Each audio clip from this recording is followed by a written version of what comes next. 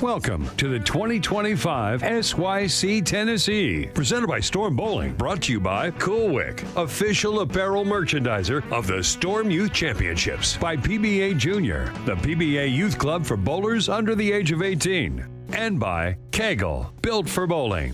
By Turbo 2-in-1 Grips, 3G Footwear, Master Accessories, Ballard's Bowling Academy. By Pinwheel.us, Customer Relationship Management. By TD Transportation, and by Quality Respite and Home Care. All scoring is provided by Bowlmetrics, official tournament management system of the Storm Youth Championships. This year, all SYC events and tournaments are aligned with charities, Ballard versus the Big C, and Make-A-Wish Utah. Now, from Smyrna Bowling Center in Smyrna, it's the 2025 SYC Tennessee.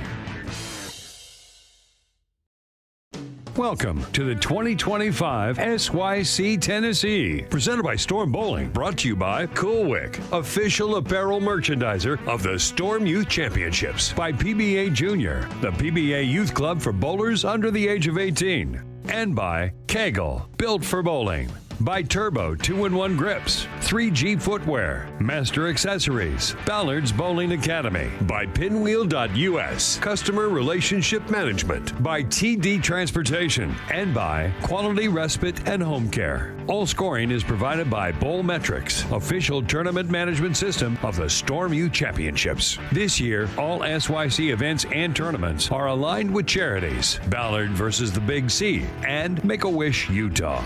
Now, from Smyrna Bowling Center in Smyrna, it's the 2025 SYC Tennessee. Welcome to the 2025 SYC Tennessee, presented by Storm Bowling, brought to you by Coolwick, official apparel merchandiser of the Storm Youth Championships, by PBA Junior, the PBA Youth Club for bowlers under the age of 18, and by KEGEL, built for bowling. By Turbo 2-in-1 Grips, 3G Footwear, Master Accessories, Ballard's Bowling Academy. By Pinwheel.us, Customer Relationship Management. By TD Transportation, and by Quality Respite and Home Care. All scoring is provided by Bowlmetrics, official tournament management system of the Storm Youth Championships. This year, all SYC events and tournaments are aligned with charities, Ballard versus the Big C, and Make-A-Wish Utah. Now, from Smyrna Bowling Center in Smyrna, it's the 2025 SYC Tennessee. Welcome to the 2025 SYC Tennessee, presented by Storm Bowling, brought to you by Coolwick, official apparel merchandiser of the Storm Youth Championships, by PBA Junior, the PBA Youth Club for bowlers under the age of 18, and by KEGEL, built for bowling. By Turbo 2-in-1 Grips, 3G Footwear, Master Accessories, Ballard's Bowling Academy. By Pinwheel.us, Customer Relationship Management. By TD Transportation, and by Quality Respite and Home Care. All scoring is provided by Bowlmetrics, official tournament management system of the Storm Youth Championships. This year, all SYC events and tournaments are aligned with charities, Ballard versus the Big C, and Make-A-Wish Utah. Now, from Smyrna Bowling Center in Smyrna, it's the 2025 SYC Tennessee. Welcome to the 2025 SYC Tennessee, presented by Storm Bowling, brought to you by Coolwick, official apparel merchandiser of the Storm Youth Championships, by PBA Junior, the PBA Youth Club for bowlers under the age of 18, and by KEGEL, built for bowling. By Turbo 2-in-1 Grips, 3G Footwear, Master Accessories, Ballard's Bowling Academy. By Pinwheel.us, Customer Relationship Management. By TD Transportation, and by Quality Respite and Home Care. All scoring is provided by Bowlmetrics, official tournament management system of the Storm Youth Championships. This year, all SYC events and tournaments are aligned with charities, Ballard versus the Big C, and Make-A-Wish Utah. Now, from Smyrna Bowling Center in Smyrna, it's the 2025 SYC Tennessee. Welcome to the 2025 SYC Tennessee, presented by Storm Bowling, brought to you by Cool Wick, official apparel merchandiser of the Storm Youth Championships, by PBA Junior, the PBA Youth Club for bowlers under the age of 18, and by KEGEL, built for bowling. By Turbo 2-in-1 Grips, 3G Footwear, Master Accessories, Ballard's Bowling Academy, by Pinwheel.us, Customer Relationship Management, by TD Transportation, and by Quality Respite and Home Care. All scoring is provided by Bowlmetrics, official tournament management system of the Storm Youth Championships. This year, all SYC events and tournaments are aligned with charities, Ballard versus the Big C, and Make-A-Wish Utah. Now, from Smyrna Bowling Center in Smyrna, it's the 2025 SYC Tennessee.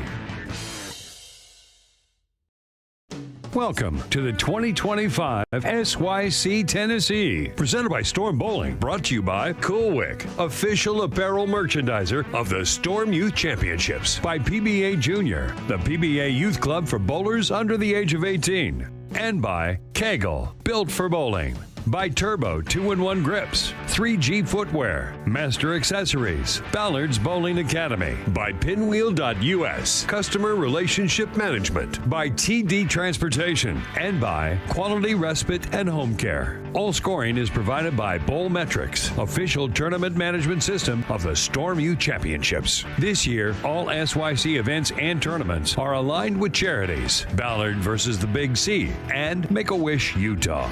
Now, from Smyrna Bowling Center in Smyrna, it's the 2025 SYC Tennessee. Welcome to the 2025 SYC Tennessee, presented by Storm Bowling, brought to you by Cool Wick, official apparel merchandiser of the Storm Youth Championships, by PBA Junior, the PBA Youth Club for bowlers under the age of 18, and by KEGEL, built for bowling. By Turbo 2-in-1 Grips, 3G Footwear, Master Accessories, Ballard's Bowling Academy, by Pinwheel.us, Customer Relationship Management, by TD Transportation, and by Quality Respite and Home Care. All scoring is provided by Bowlmetrics, official tournament management system of the Storm Youth Championships. This year, all SYC events and tournaments are aligned with charities, Ballard versus the Big C, and Make-A-Wish Utah. Now, from Smyrna Bowling Center in Smyrna, it's the 2025 SYC Tennessee. Welcome to the 2025 SYC Tennessee, presented by Storm Bowling, brought to you by Cool Wick, official apparel merchandiser of the Storm Youth Championships, by PBA Junior, the PBA Youth Club for bowlers under the age of 18, and by KEGEL, built for bowling. By Turbo 2-in-1 Grips, 3G Footwear, Master Accessories, Ballard's Bowling Academy, by Pinwheel.us, Customer Relationship Management, by TD Transportation, and by Quality Respite and Home Care. All scoring is provided by Bowlmetrics, official tournament management system of the Storm Youth Championships. This year, all SYC events and tournaments are aligned with charities, Ballard versus the Big C, and Make-A-Wish Utah. Now, from Smyrna Bowling Center in Smyrna, it's the 2025 SYC Tennessee.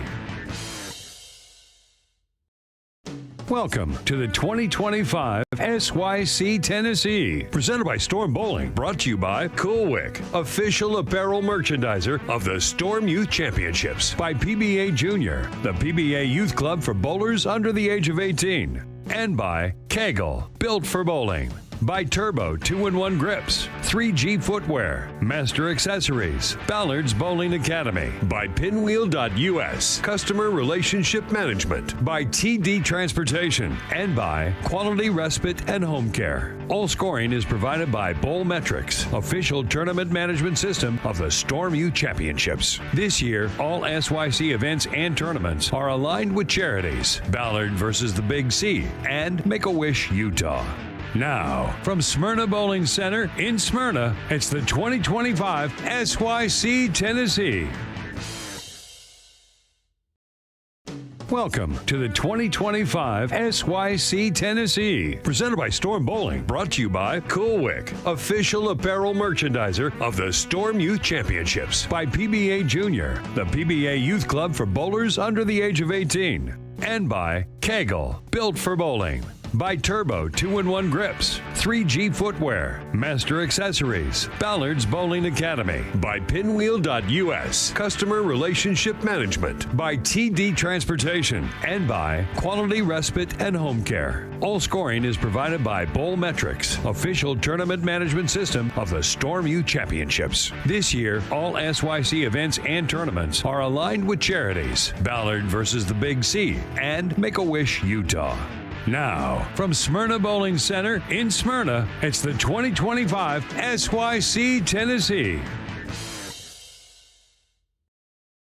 Welcome to the 2025 SYC Tennessee, presented by Storm Bowling, brought to you by Cool Wick, official apparel merchandiser of the Storm Youth Championships, by PBA Junior, the PBA Youth Club for bowlers under the age of 18, and by KEGEL, built for bowling. By Turbo 2-in-1 Grips, 3G Footwear, Master Accessories, Ballard's Bowling Academy, by Pinwheel.us, Customer Relationship Management, by TD Transportation, and by Quality Respite and Home Care. All scoring is provided by Bowlmetrics, official tournament management system of the Storm Youth Championships. This year, all SYC events and tournaments are aligned with charities, Ballard versus the Big C, and Make-A-Wish Utah.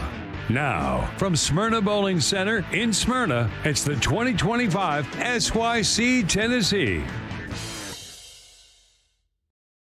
Welcome to the 2025 SYC Tennessee, presented by Storm Bowling, brought to you by Cool Wick, official apparel merchandiser of the Storm Youth Championships, by PBA Junior, the PBA Youth Club for bowlers under the age of 18, and by KEGEL, built for bowling.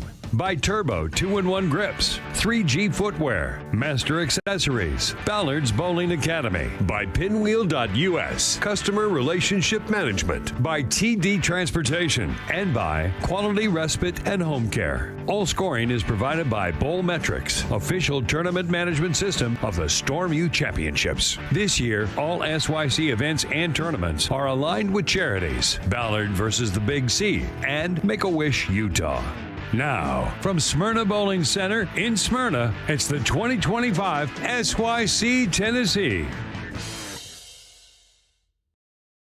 Welcome to the 2025 SYC Tennessee, presented by Storm Bowling, brought to you by Cool Wick, official apparel merchandiser of the Storm Youth Championships, by PBA Junior, the PBA Youth Club for bowlers under the age of 18, and by KEGEL, built for bowling. By Turbo 2-in-1 Grips, 3G Footwear, Master Accessories, Ballard's Bowling Academy, by Pinwheel.us, Customer Relationship Management, by TD Transportation, and by Quality Respite and Home Care. All scoring is provided by Bowlmetrics, official tournament management system of the Storm Youth Championships. All right, good morning, bowling fans.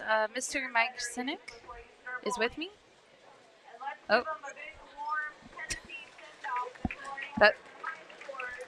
Hello, Mike. Hello. Does that work? It works. Can we tip it up a little bit? Or? I think we're good. We're Okay. good. All right. Welcome, everyone. We are in Smyrna, Tennessee. We are cruising along back in Nashville. Haven't been here since 2020. Right? 2020? I think so. Yeah. So 5 years. We're back. And we're excited to be back. Excited to be back at Smyrna Bowling Center. Nice people here. Love the Bowling Center. Bowling Center staff is amazing. Bowling Center, it's just a beautiful bowling center. Yeah. I mean, you walk in and it's bright and colorful. And just makes you feel like happy. 52 lanes of fun. That's right. Center's open 24 hours a day, 7 days a week, 365. It's awesome. Yep. So we are here. It is another stop on the 2025 SYC season. We only have 3 events left, counting this one. Yes. So we're in Smyrna. Next month we'll be at the Coastal, and then we end the season with Texas. We did award our All-American team who are present. We gave them their jerseys and jackets and recognized them this morning. And now the kids are starting off on the short pattern. Why don't you tell us a little bit about our KEGEL designed SYC Tennessee short pattern? So our partners at KEGEL do all the designs. This year's short is actually one of the shorter shorts we've had this year, 35 feet. Ratio is 2.65 to 1. Total volume is 26.41, which is kind of on the medium-high side. Forward 15 mils, 11 in the reverse. You're going to see the area of play should be more around to the outside of the lane, basically to the right of 6. Unlike usual super short patterns where you really go for the edge of the lane, this pattern's built in a little bit at first arrow. So initially the breakdown is going to be interesting for the bowlers. It's a little bit more difficult. We're expecting slightly lower scores this morning, and then we'll see where we go. This is going to be an interesting challenge, which is excellent for our bowlers. Yeah, and all of the bowlers I talked to yesterday said they spent the most time practicing on the short. Yep. That That was the one they really felt like was the challenge this weekend. So our main pair that we are watching Miss two-time SYC champion Lydia Gordon. She just picked up her second SYC title in Idaho last month. Fun fact about Lydia, she started as a one-handed bowler, and then when she hit the U15 division, she took some time off and she became a two-handed bowler. And she's doing quite well at that. On this pair, we also have Leah Bisefic. She is also an SYC champion. She's got a pretty cool jersey on today. Both of these young ladies have grown about a foot since I've seen them last, right? Yes, we're gonna call this the growth spurt tournament. Yeah. Going into check-in yesterday, bowler after bowler, way taller than we saw them even at the last SYC. It's crazy. Just unbelievable. These parents are definitely feeding the children. Yes. There's no question. So that's Miss Leia there. We also on this pair have Sophia Adams, Cynthia Freeman, Emily Schmidt, Ella Wagner, and I think that's everyone. So we'll watch these bowlers as they come through. To the right and left, you can sort of see those pairs. We've got Alyssa Randisi, Olivia Portillo, Taryn Murphy, Kendall Steyer, Daisy Newton, and Lila Martin. That's on 27-28 to your right on your screen. And to the left, we have Stevie Newton, Candace Oakes, Ellie Kate Murray, Aaron Cavendish, Jack Johnson, and Nolan Randisi. April would like to know, is that the Mike Sinek? Yes, yes it is. The Mike Sinek. The Mike Sinek. April was in our live stream a while back. Yes, she was. Yep. We got the extended play version. That was almost a 2-gamer. So a couple other interesting stats for this weekend. We have 150 bowlers from 27 different states. We have 35 first-time bowlers, and 26 SYC champions are in the field. This is amazing. Yep. Love all the new bowlers. Yep. It's great meeting the new families and also the old friends, as we say. And we have some of our former bowlers who have aged out are coming back to assist this weekend as well. So we have, and they're all going to pop in the live stream booth throughout the weekend too. I'm going to snag them. So. Yep.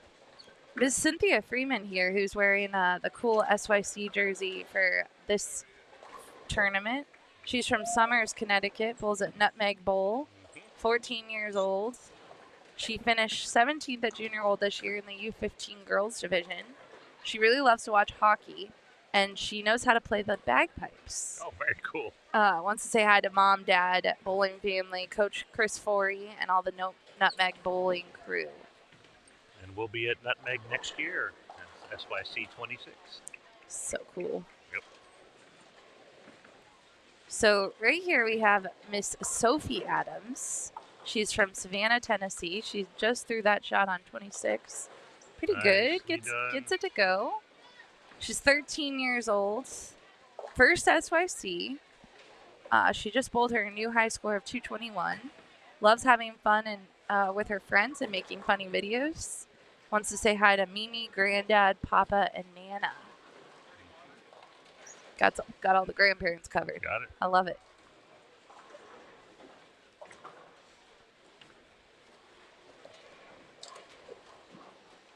The Coolwood jerseys that are themed for each event, they really knocked the Tennessee one out of the park with guitar and the skyline of the city. And by the way, if you're interested, you can go on to the Coolwood site and order these jerseys. They are available for general purpose if you see one that you really, really like. Yeah, we got a couple. It looks like Lydia's wearing the Las Vegas one. Yep. So, pretty cool. Yeah, they're neat jerseys.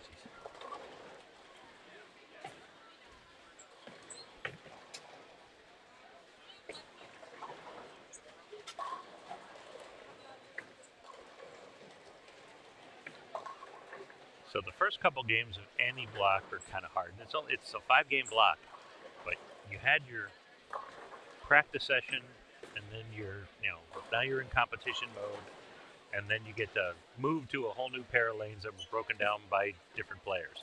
So the first couple games of a block are always a little bit interesting to see. You don't really see the scoring pace until game 3, when you know after you've made 2 transitions, you kind of know what the scoring pace is going to look like.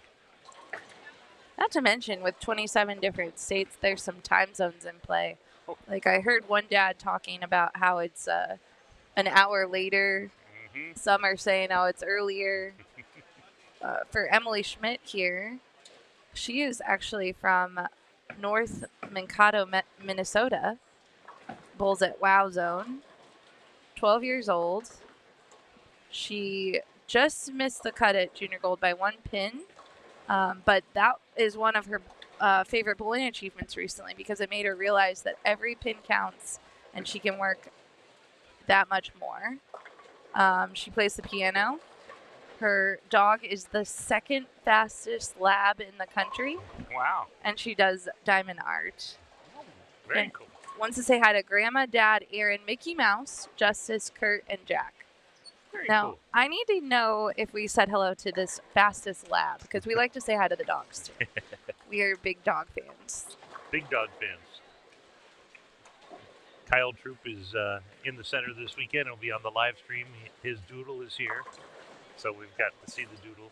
Yeah. That's cool. So Lydia is from Columbus, Ohio, bowls at HP Lane, 14 years old. She has, here's a fun fact, she's won an SYC tournament as a one-handed bowler and as a two-handed bowler.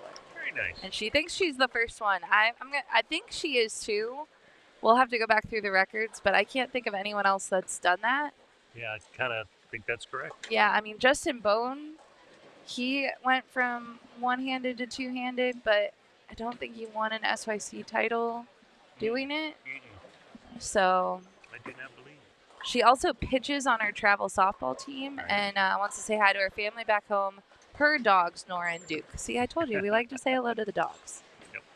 The other thing you'll notice as we go through the bios this tournament is multi-sport athletes. Yes. There are some folks who are bowling only and focus on their bowling game. Purely one of the main reasons is bowling is one of the few sports where you can get scholarship money as a junior. So you can actually put some nice scholarship money in the bank before you even attempt looking at a college. Also, now that there is college bowling on both the boys and girls side that offer scholarships, bowling is a great way to get part of your college education deferred. Because you can walk in, get scholarships, room and board on the boys and girls side.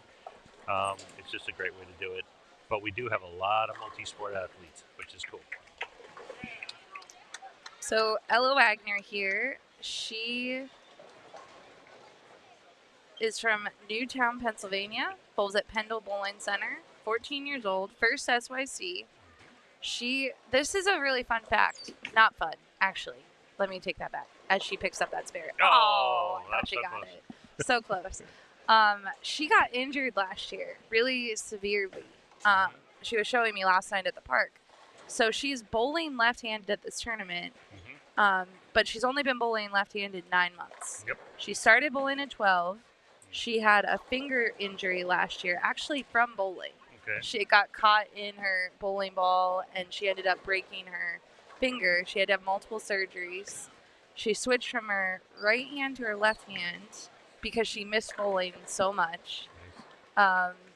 So she started bowling, still wearing a cast, went through the surgeries. She's already competed in tournaments. She earned her spot in at Junior Golds in Minneapolis next year, and she has chosen to stay left-handed instead of going back to right-handed now that she's been through all the surgery and everything and repaired. But yeah, I got to see her bowl in her first major tournament at the Storm Middle Atlantic Youth Team Championship in Bolorama in August, and really solid fundamentals, great physical game, and throws it really well. So it's nothing going to get better if she gets more experience. This is going to be great for her.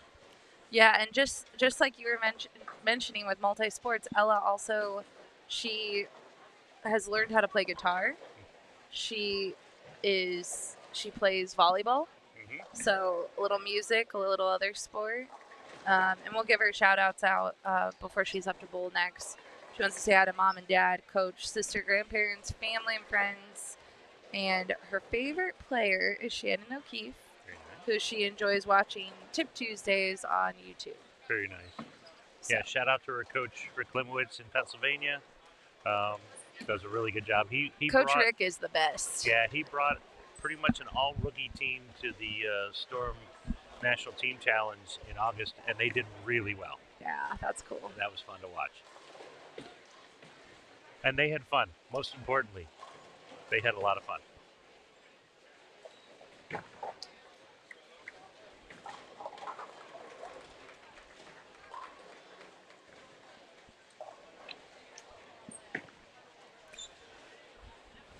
Okay, I think we have read all the bios of people that have submitted them for this pair. Very cool. I try to make sure we don't leave anyone out. If we miss someone, let me know in the comments. But nice shot.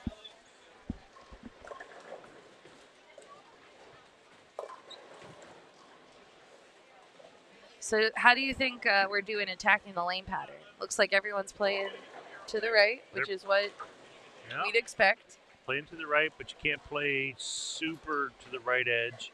And on the boys' side, when the U18s come down, you'll probably see more somebody playing closer to the edge because you need some rev rate to bring it back. On the ladies' side of the house, you got to snug it more around that first arrow where the oil line is.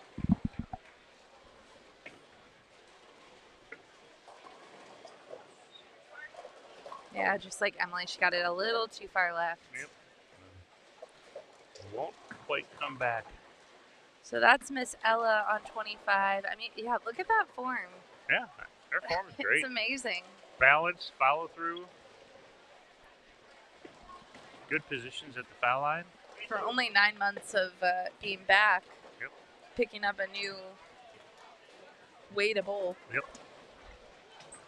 I mean, the first fundamental of bowling, no matter whether you throw it one-handed, two-handed, no matter how you throw it, is a balanced finish. If you finish at the foul line in balance, everything else is adjustable. What we work on when we're working with youth bowlers, and this is the hardest part with growth spurts, as we talked about, a lot of bowlers have grown over this past summer.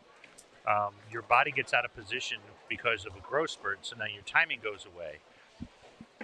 So the first thing we work on with a bowler in any form is making sure they keep their balance at the foul. When you do that, it's easier to hit your target, it's easier to adjust your timing. It just makes every part easier. One-step drills are the best way to do it. Ah, 'Cause you Maya don't- gets that kick. Oh yeah. Oh, I Took a- didn't see the 10 pin. I thought she got a strike there. Yep. You know, just making sure you have solid balance at the foul line, and this is for us adult bowlers that are listening as well. If you work on just having balance at the foul line, your scores will go up. So I'm not playing favorites, but Sophie's jersey, Mm-hmm.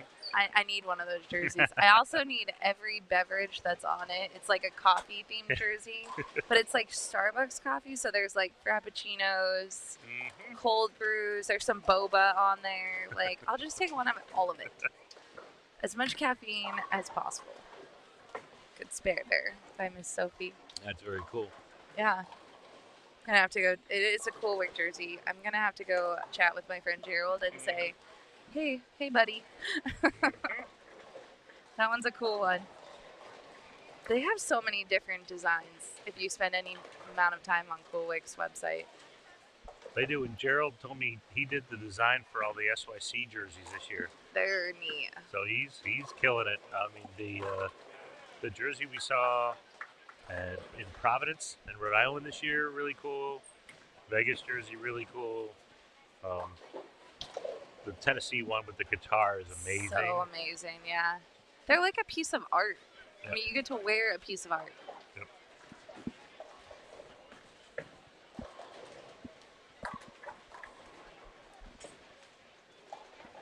If you're planning on bowling Coastal, the jersey designs have been announced already for Coastal with new tiger and shark designs, and included in those designs this year are hooded sweatshirts. Yes. So that is really neat. Team Shark, for the record. Team Tiger for the record. We're going to have to keep educating people on what that whole thing is. That started during COVID. It did start during COVID, like all great things. When everyone was home and had nothing to do. Yep. Morning bolt. That was the quiz. End of the quiz in the morning bolt. Yes. Would you rather be attacked by a tiger in the wild or a shark in the water? Yep. A great white shark. Yep. And it really did show a little bit of character of how you answered it. Yes. My favorite answer, even though I'm a Team Tiger guy, was Timmy Mack, because he basically said, I'll take a shark because I'm just going to punch him in the nose. Yeah, and like matter of fact. And then Martin Larson is cuddling with the tigers. Yeah. Because they're just so cuddly. They're cuddly. Yeah. Those sharp teeth, they're just so cuddly. Yeah. We got some parents in the chat. Good morning. If you're watching a bowler, give them a shout out. We love to hear from you guys. We have some, we mentioned April Watts earlier, but Kathy Hubley is also in. Dylan has aged out. We do miss families when they age out. Last night, Jenna Hedgepath and her family came by the park to visit, and Jenna was an SYC champion, so it's always fun. If we're in your neck of the woods, come out and see us. We love seeing the parents or the kids. We really get to know everyone through the years, so always fun. Speaking of dogs, the Hedgepaths last night, we got to play with their 3 dogs. Oh, see, I'm telling you, the weight of my heart is a dog. That's just it. It's really simple. If you have a dog, bring the dog to see me. All right, so one thing I've noticed so far, and this is something that seems counterintuitive, but it works, is if you're bowling on a short pattern, whether PBA pattern, even some challenge patterns, a short pattern, your feet need to be, like I said, this is counterintuitive, your feet need to be to the outside of the lane, whether you're left-handed or right-handed. Even though the pattern is short and your ball hooks, almost all short patterns are very flat in the middle part of the lane, which means it's not a playable part of the lane, unless you're making absolutely perfect shots every time. So to play the outside of the lane correctly, your feet need to get to the outside of the lane, and you go straighter through the fronts. And then with a 35-foot pattern, you've got 25 feet of hook. So let the lane roll your ball in. Don't think you can overpower a short pattern. think that you can just, play the short pattern and let the pattern grab the ball, but it's all about foot placement. And this is, junior gold every year. Great. Yeah, that's a great point. Yep. The other thing I noticed in practice, and it was a really good sight to see, is, the kids are starting on a short pattern. So every once in a while, when you're bowling on a short pattern and your eyes are further right than maybe you're used to in your league, you might throw it in the gutter. And I did see a couple bowlers throw it in the gutter in practice, and they did not get mad or get angry or anything. They just turned around and were like, yeah, that's part of it. Yep. And you'll see that too. If a bowler accidentally finds the gutter when they're bowling, they'll turn around and they'll treat it like it was just a errant shot and come back and try to shoot the spare. Yep. So. Yeah, when the sport program first came out, sport bowling first came out, which is a long time ago, and I'm left-handed. We're used to playing more to the outside of the lane, but I grew up in a center where the outside didn't play, so I was a second to third arrow bowler. And the way I learned to play straighter up the outside was gutter ball after gutter ball after gutter ball. Right. You can't be afraid of the gutter if you're on a short pattern. So I just threw gutter balls until one stayed up. And when one stayed on the lane, I tried to keep the second one on the lane. Now, I still occasionally, much to the chagrin of my teammates, will, throw it in the gutter. But on these shorter patterns, getting used to playing near the edges is part of the game. I see Starla in the chat. She's shouting out Bam Bam. Bam Bam is killing it this morning. Clean through 8 frames. He's got a 146 in the 7 on a spare, so he is often crushing it. He's right to the left. Lydia here on a 4-bagger.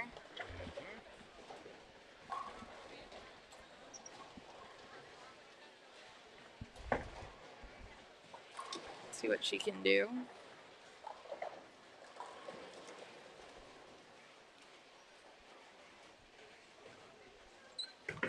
Then the other thing that we learn, especially early in tournament blocks, is make your spares. Spares keep you alive while you're figuring the pattern out.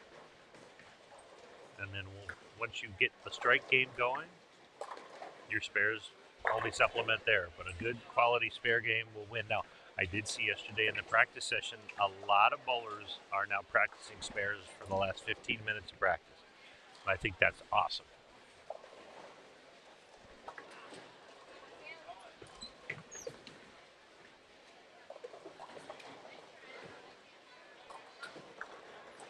So Lydia got it a little. I think she just missed left a little bit, and it flew. Let's see if she can straighten it out. Oh, so that's like we were talking about, right? So she missed one to the left, or not one, but she missed her first shot to the left. Her second shot, she's overcorrected, missed a little right, but she's playing so far right that it just, she just missed. So she'll shake that off. Still has a 144 in the 8th. She can save this game a little bit. Yep.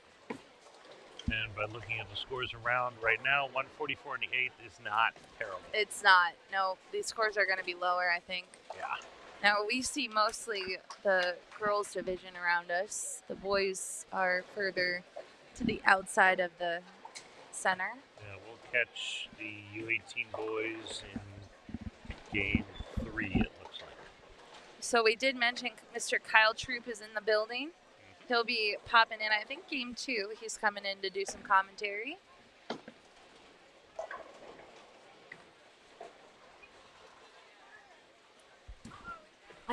Miss Ella here is she, every time she turns around and she has a smile on her face, regardless of what she's left.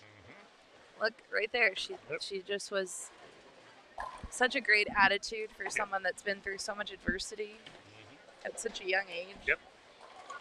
And she likes to compete. That's the other thing.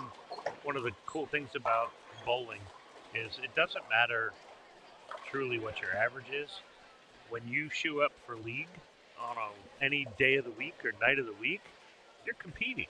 Yeah. I mean, we're all athletes. We all have a competitive bit. Now, yes, some leagues are more recreation than others, where it's more social, but we're still competing, and that's the coolest part about this game is how we're in competition weekly, daily. That's the fun part. 100%.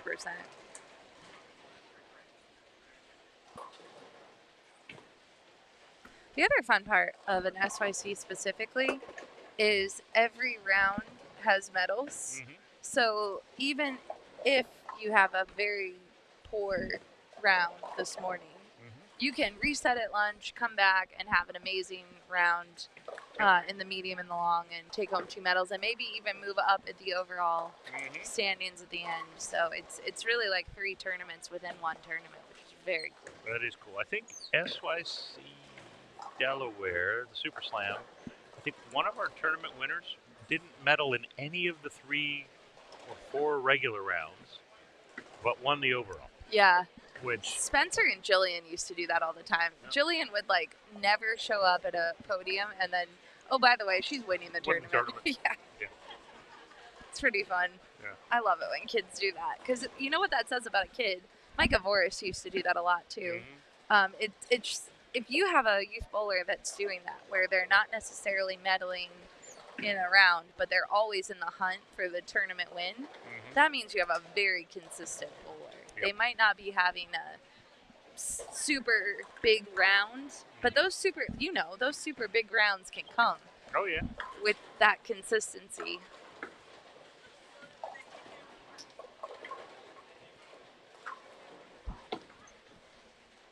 Yeah, some of our former SYC champions that are now bowling collegiately, like Mr. Jake Boxty and Nate Trentler, used to struggle on the short, get through the medium, and then have a monster block on the long just to, drive past everybody.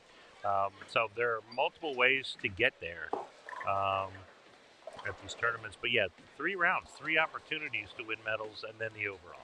So it's definitely, the format really rewards and gives you multiple opportunities. So one bad game, one bad block will not kill you. Yeah.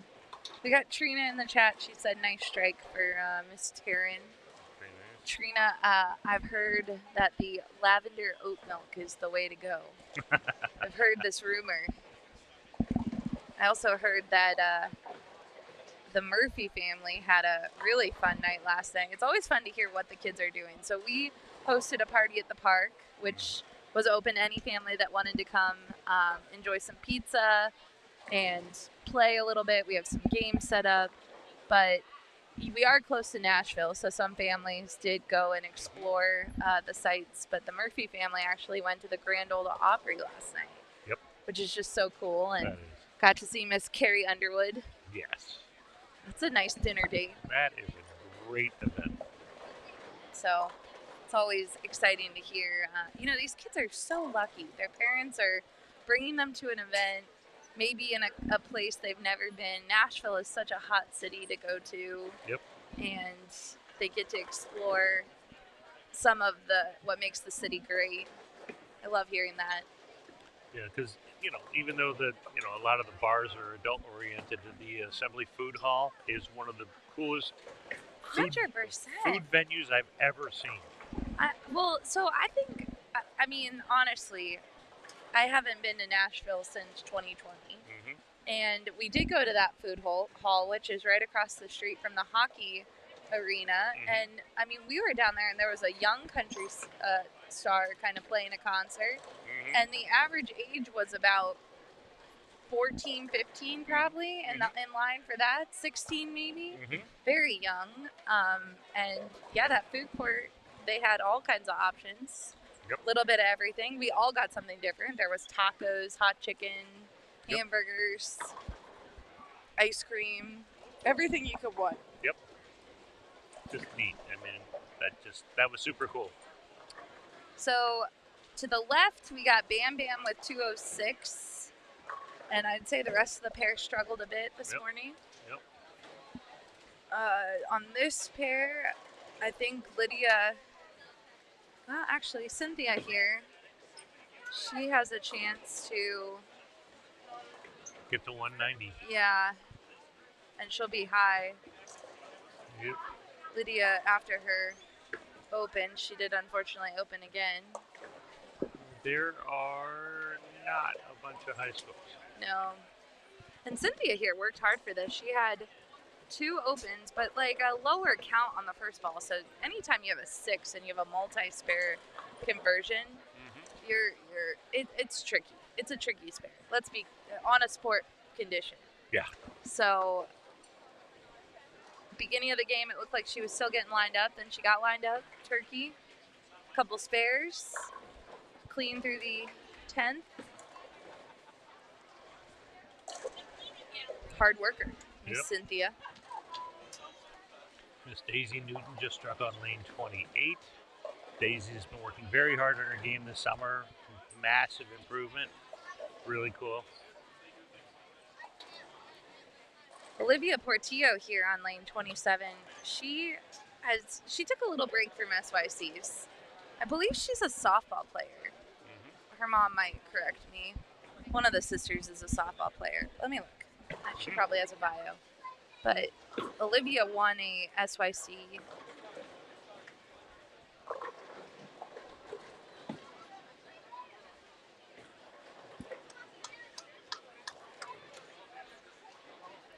She did not fill out a bio. But anyway, Olivia's taking a little break, but she's back. That was the moral of that story. Very cool. Cynthia hit a 188.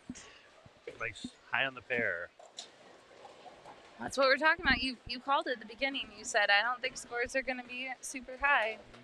They're not. Well, we'll see what happens when the U18 boys get down here. See if they've figured the pattern out. Taryn's another one working through a game. She's clean here. Yep. Going into the 9th. Yeah, your spares will save you. They really will.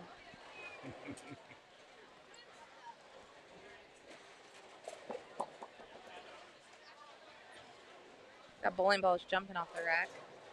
Bowling balls jumping off rack, stuffed animals flying around. It's mayhem here in Tennessee. Yes. Mayhem in the U15 and U12 division. So after we watch Miss Emily, we have one more frame to the right. So we'll finish off 27-28, and then we may take a small break. Yep. We're going to do some lane changing. It looks like some pairs are a little quicker than others this morning. A lot of spare shooting going on in game 1. I almost jinxed Taryn. Yeah. But she made that spare. Yep.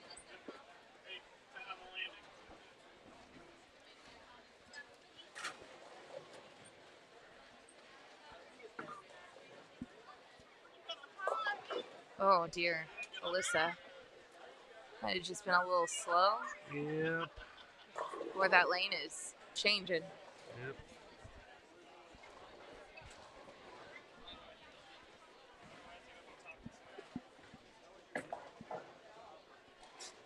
Mike, I think we're gonna turn off our mics. Okay. Because you got to go out and start collecting some scores. Yes. We're gonna take a short break, and we'll be right back. Thanks for joining us. We'll have you back in. Absolutely.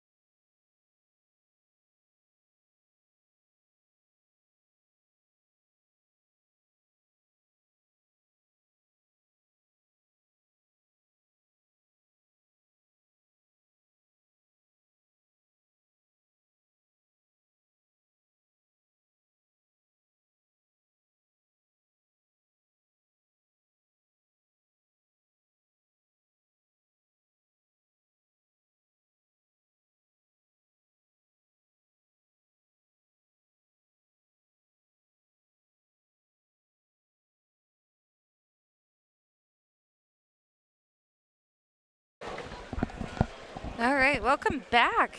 And we have a new guest, and it's Kyle Troop. What's up, Blair? How are you? I'm great. I noticed the headsets are a lot easier to put on now after I got a haircut. Yeah, your Nice your and fro's a cozy little now. your fro's a little small. Yeah, I mean, I don't even have near best hair in the building anymore. I know, what happened here? Get married and you lose your hair? I got married, cut my hair for the wedding photos. I normally always get a haircut around this time of year. Let it grow through the winter, trim it up in January, be ready for TV. I like it. Get all the dead hair out and Yep. start over. At least until it stops growing back. I don't think you'll have that problem. Oh, you'd be surprised. All right, so we watched the U15 girls. We also had a U12 pair to the left of us last game, and now it looks like we get, I would guess, U15 boys coming this way. So this pair, we have Wesley Kiefer, Lewis Cloud, Nolan Conway, Tyler Anderson, Fletcher Cryer, and Micah Rose. So our main pair is 25 and 26. All right. And then we'll see a little to the right and a little to the left. Let's say I recognize Tyler from camp or something before. I think I've worked with him once or twice.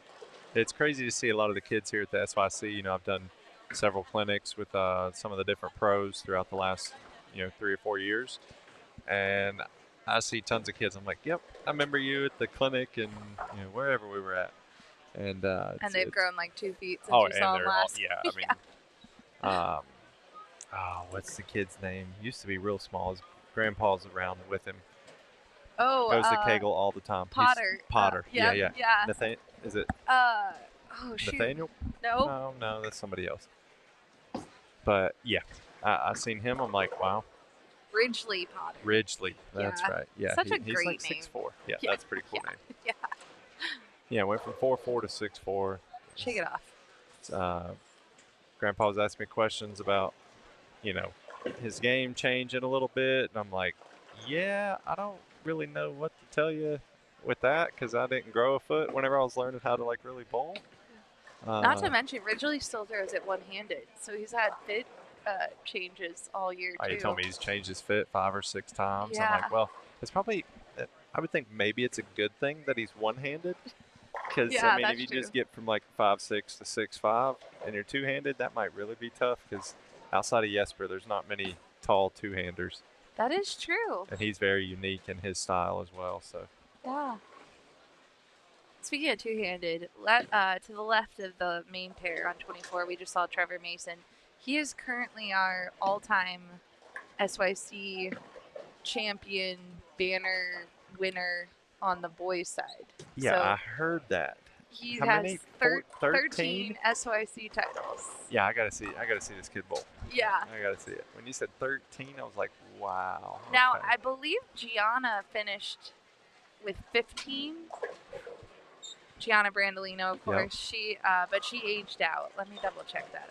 I bet there was a few girls happy about that. Yeah. Hate to see you go, but love to watch you leave, Gianna. Yeah, perfectly.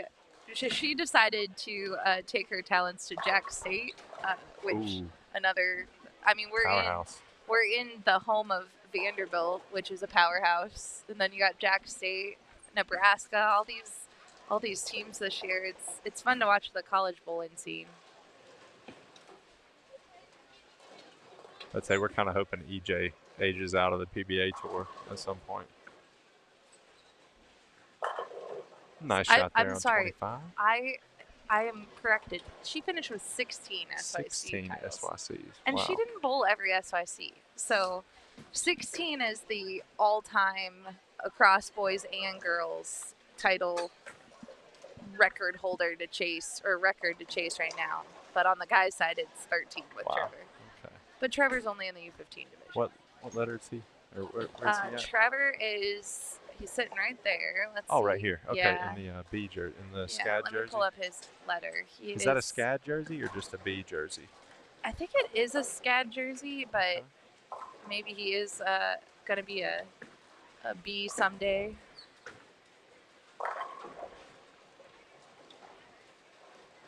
So he'll be the C on 23 and 24.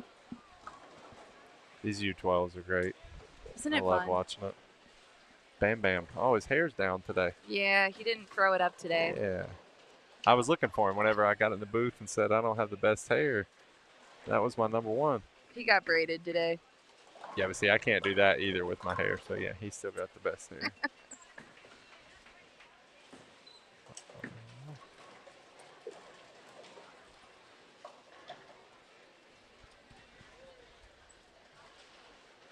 All right, here we go. Trevor Mason. That's his name? Yeah, over on 23. Yeah, he'll be all the way to the left of your screen. One-handed? Two-handed. Oh, okay. He's from Texas. Just moved up into the U15. Ooh, got it a little to the right. Okay. Yeah, So- that's solid. So, Kyle, how would you be attacking this pattern? Because it is a little tricky, it looks like, this morning. Yeah, looking here, I've got the pattern in front of me, 35 feet, 26 mils. I was looking at all three of the patterns yesterday. I was like, wow, we got low volume.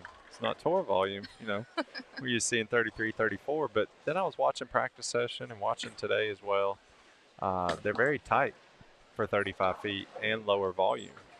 Obviously, urethane for sure at the beginning. I would say 2 or 3 games at least. And typically, the move on tour, throw urethane, and then you move about 20 boards left with your feet, throw some big slow ball, quick right, and kind of go around all that urethane. Now, here, I'm not sure if the lanes are going to develop quite that nicely, judging by, the different age divisions, men and women bowling together. So I would imagine there's all kinds of bowling balls going down the lane in all parts of the lane. So 5 games, I'd probably be trying to throw urethane for all 5 games on this pattern. Keep it simple. So I feel like some people, you could hit a rough pair where, maybe that spot's not hooking at all where you were playing the game before, but you can only move so much on 35 feet before you find some more trouble somewhere else on the lane.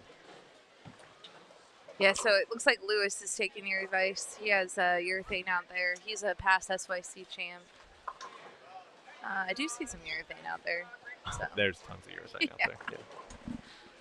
I did notice Braden McDonough was not throwing urethane on the fresh. He was like super rolling. It looked like a old Reality or something, but yeah, he was trying something different. Using a little different tool. Yeah, I don't know if he's, hoping to start with resin and then, once the lanes get a little tight down lane, then it opens up for him. It did seem to have the right idea, though. He was throwing a big, smooth ASIM, very up the back of it, playing pretty straight. But, yeah, I would say 80% urethane balls going down the lane right now. I'm going to look and see if we got any bios. Sometimes it's fun to learn a little bit about the kids. Now, of course, this is optional for people to fill out. So if we don't talk about someone, don't hate on us. Yeah, it ain't my fault. Start the blame with Blair. That's right. Micah Rose is, let's see if he filled out his bio. We do have one. Micah. He's from Brentwood, Tennessee. Okay. Franklin Lanes is his favorite bowling center to practice at. He's 13 years old. First SYC. He has helped lead his middle school bowling team to district titles for the past 2 years. Sweet. Loves to play baseball. Played for a travel baseball team for 3 years. Last season, he hit 10 home runs. Whoa. Yeah. So the kid throws strikes and hits dingers. That's right. Yeah. He wants to say hi to his family, including his 3 dogs, which we always appreciate saying hello to dogs. Daisy, Dolly, and Ellie, and his cat Mabel. He's got 4 animals at home, too. Full house. I was gonna say, that's a full house right there. Add in 20 bowling balls. So last lane we got Fletcher. Ouch. That was a good shot. He is 15 years old, first SYC. He's from Huntsville, Alabama. Alabama. Loves bowling with friends on his league. He enjoys bowling, golf, video games. He has a really strong group of friends, he says. He loves helping them out and doing the things that they like together.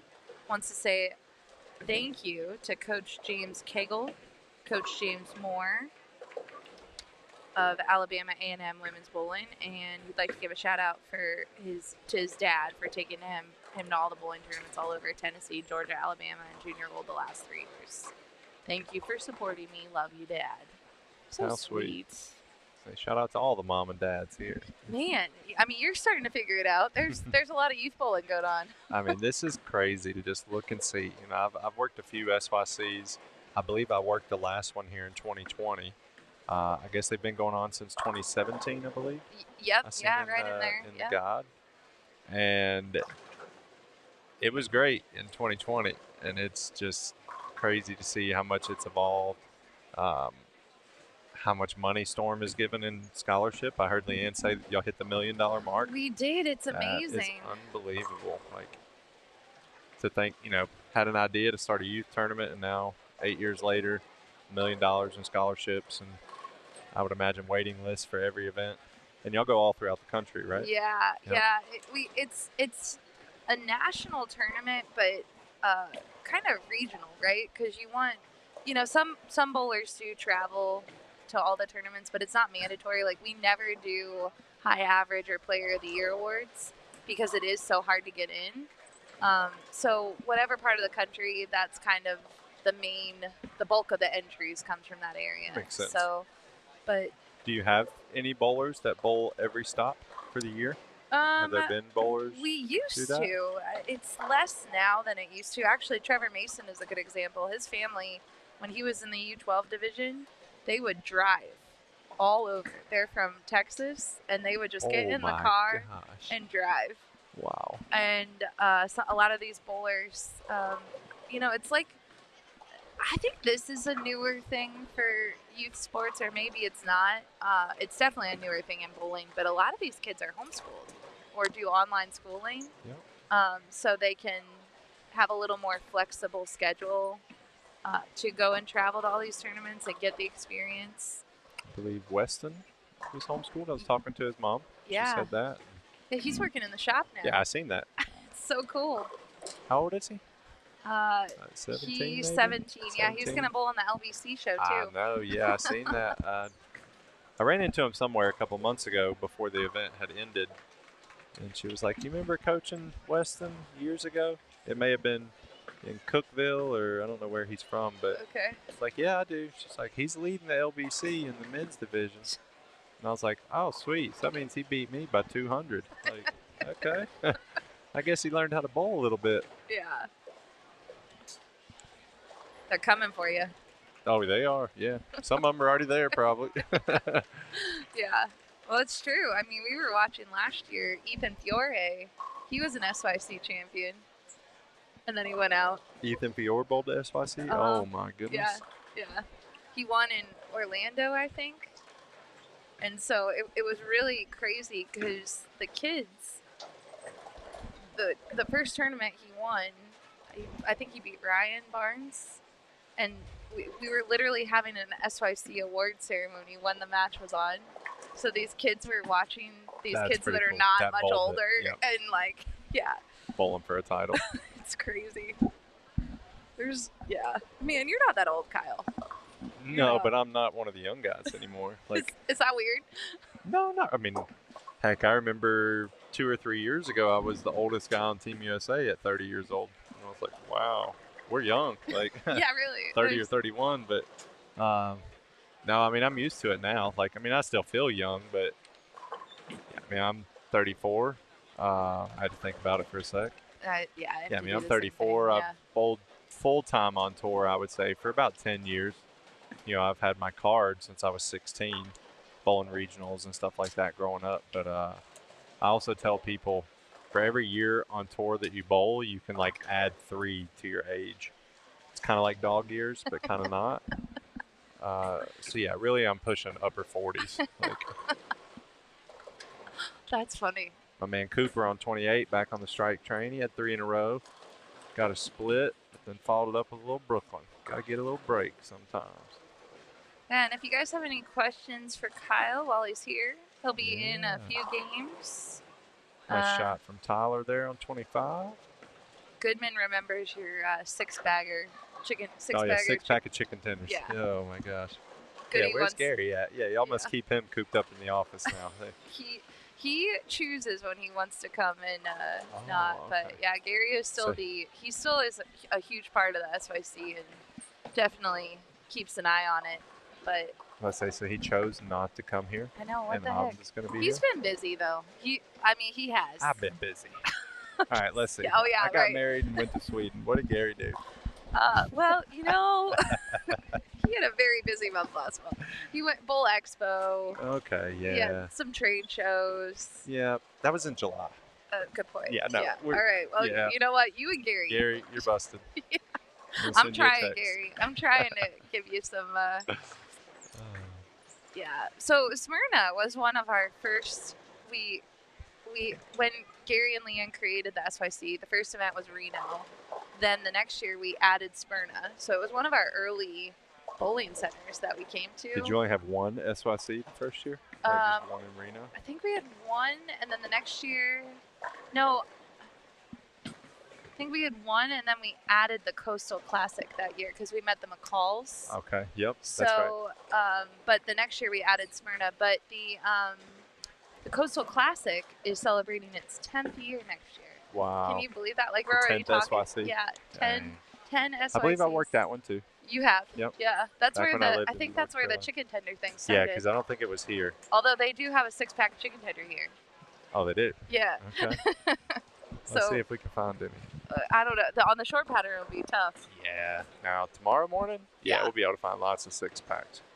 We'll save those for the long pattern. We did have a question about the score, being able to see the score monitor, and I will try to zoom out after this game and see if you can see it, but most of the time it's blurry, so that's why you can't see it. And my other camera is having it's having a day over there today. It's not working. So This one? This Yeah. little guy? yeah, he died. I don't know what happened to him over there. I mean, he's not plugged in right now, so it's a sad little camera. We'll try to get him working for the afternoon. Oh, come on. I keep watching to the right there. Cooper my man throws it Cooper. good. Yeah, he's got, Let me see if we have a buy on Cooper. not a lot of ball speed, but he's increasing his angle on this pattern to make up for that. He's 12, Kyle. How much ball speed do you want him to have? At 12. Like, give him a break. Oh, shoot it. Shoot it. Oh! He got it. The 4-9. Let's go, Cooper. Yeah. Nice Cooper shot. Powell. He's from Allen, Texas. Okay. He's already been on TV. He was in the TV finals for USA Bowling. Oh, okay. That's cool, too. Yeah, I've seen some of these kids on TV, watching those shows during the summer, and I'm like, there is no way I could have bowled on TV before I did. Like, I made my first show in 2015, so I was 24 years old, and I was fine. I was a little nervous, but, I guess it also helped. I won 3 games and ran the ladder for my first show, but no chance I could bowl on TV whenever I was a teenager. Like, no way. It would have. It definitely. And they got would've. 12-year-olds ripping them on there. Like, Yeah. just ripping it down the lane. And they don't look nervous. Every year I watch, I'm like, they look completely calm. So whatever the USBC is doing when they create these TV shows for the kids, shout out to them because they're making them feel comfortable because they really don't look like the way they should look bowling on TV. I agree. We got Wesley Kiefer up here to the left on 25. He's from Allen, Texas. First SYC. He placed 3rd in his division at his state tournament, the first year of bowling. And he already has a 279, so he's a new bowler. Very nice. He creates video games. Not just plays them, creates them. Creates video games. Wow. Yep. And wants to say hi to Aspen and Asher. His bird's back home. That's cool.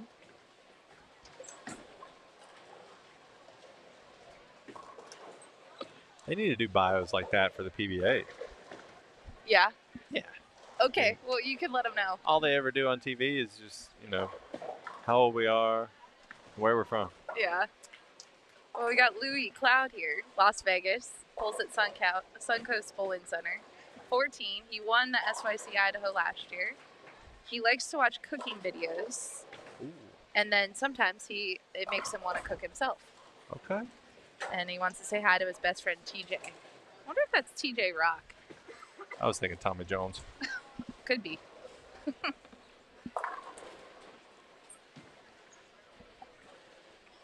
Tyler's from Odenton, Maryland. Bowls at Fort Meade. That's Mike Sinnick's group. 14 years old. Nice shot from him right there. Yeah. He bowled a 300 during the PBA Junior East Regional and won the event. All right. He loves geography, traveling, and learning about other countries. He can also identify pretty much any country flag and wants to say hi to his grandparents and Coach Will Clark. Oh, Coach Will Clark. All right. Little name drop. Yeah. I know. We used to see Will Clark from time to time. He coaches a lot of the kids. He does so much for the sport. But he doesn't come out as much anymore. Will, if you're listening, maybe come it's visit just us. because I was here this week. Oh, or yeah. This month. Like, No one came. seems like because of you. nobody's coming anymore. No Will, no Gary. Man, Kyle, what'd you do to everyone? I don't know. You brought a dog, though. They should I love did you. bring my dog, Yeah, my super cute dog. she's adorable. Yeah, Bree had to put bows in her hair this morning and put her pink hoodie on her. I mean, it is cold in this bowling center, so It I is will very give them cold, that. And I yeah. was like, babe, the dog don't need a hoodie. And then she explained to me the difference between hair and fur. Oh, there is a difference. And I was like, I'll take her side on that. fine. Yeah. My dog also has She sweaters. needs a so. hoodie. Yeah. Nolan here is from Woodruff, South Carolina. Now you'll probably remember Nolan. He's grown a lot, but he's bowled a lot of SYCs from Bolero Greenville. Okay. He's won the USA Team Nationals. He also plays cornhole competitively, and wants to say hi to his little brother Tristan. So Which one's Nolan? Nolan was the one right here. Yeah. Yep. Okay. He's in the running for cool hair. Yeah. Oh, Yeah. yeah. We should give an award tomorrow. All weekend you can scout out some hair. Coolest hair of the tournament. I don't know. There's one kid running around. He's not bowling. His brother is. He's got purple hair.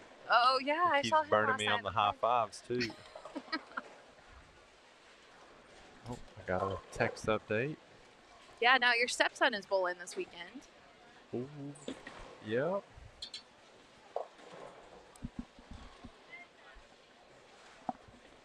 She actually texted me saying Caleb wants the ball change. Oh, there you go. Oh, I don't know.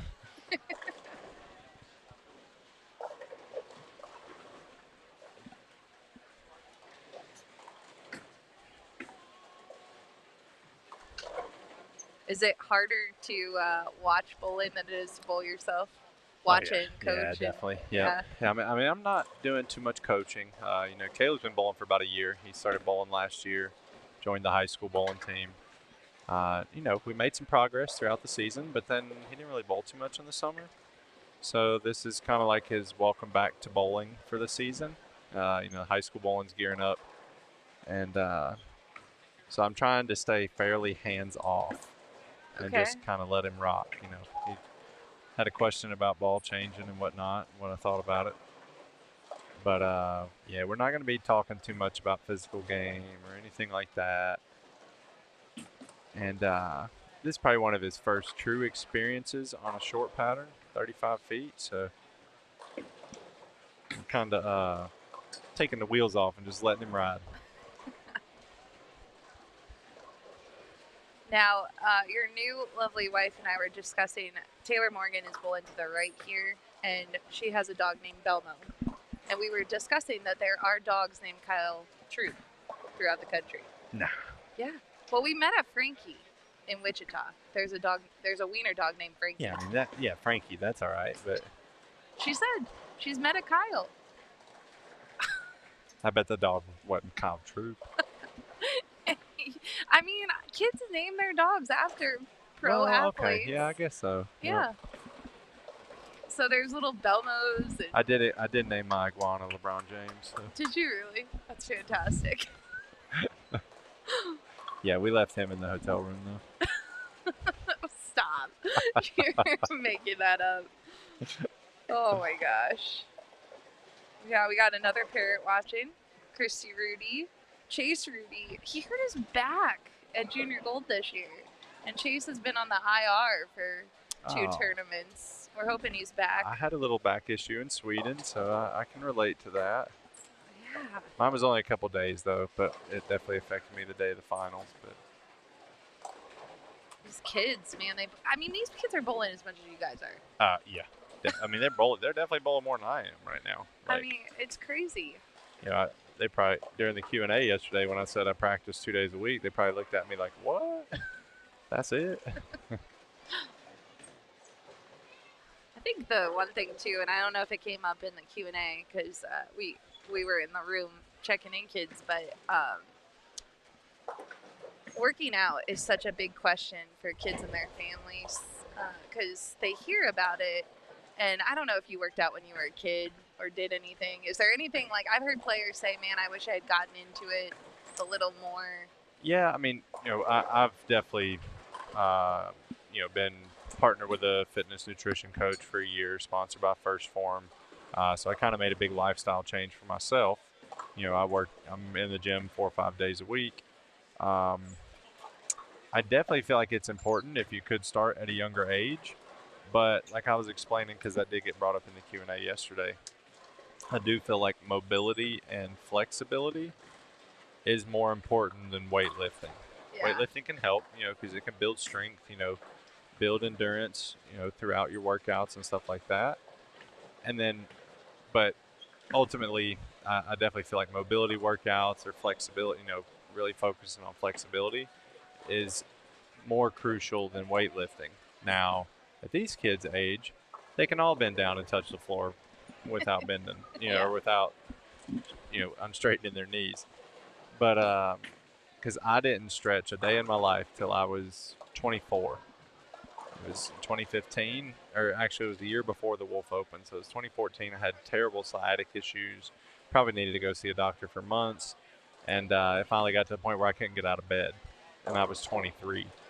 And I was like, all right. And, you know, started getting some massages from somebody in North Carolina. And they kind of talked me into, if you want to keep doing this for a living, you need to start taking care of your body. So then I was stretching, you know, morning, afternoon, and night.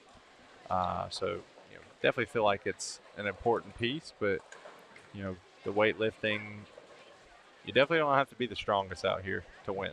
Yeah. That's for sure. But I think to your point, just starting it at a young age and getting in the routine, like, yeah, the kids can touch their toes now, but as you get older, it gets harder, but the stretch doesn't change. So if you're still doing it and you've been doing it for 10 years, it's just something you do. It's part of your routine, and that's the key, right? Like, life comes at you fast. Mm-hmm. So, good advice. All right, what do we got going on? These scores are a little higher than first game, so that's good. Oh, didn't see my man Cooper. He had a little slip up there in the 8th and 9th, but yeah, he needs the next one for 200. That's a big game in the U12, right? Huge game in the U12. You could look up. Let me see. I mean, heck, we got 217 over there, 207 max going into the 10. Yeah, I think that either the lanes smoothed out a little bit or they figured it out. Well, I definitely think the lanes will smooth out some as far as feeling like you got a little bit of hold down the lane. Because, you know, fresh 35 feet, that means there's 25 feet with no oil on the lane.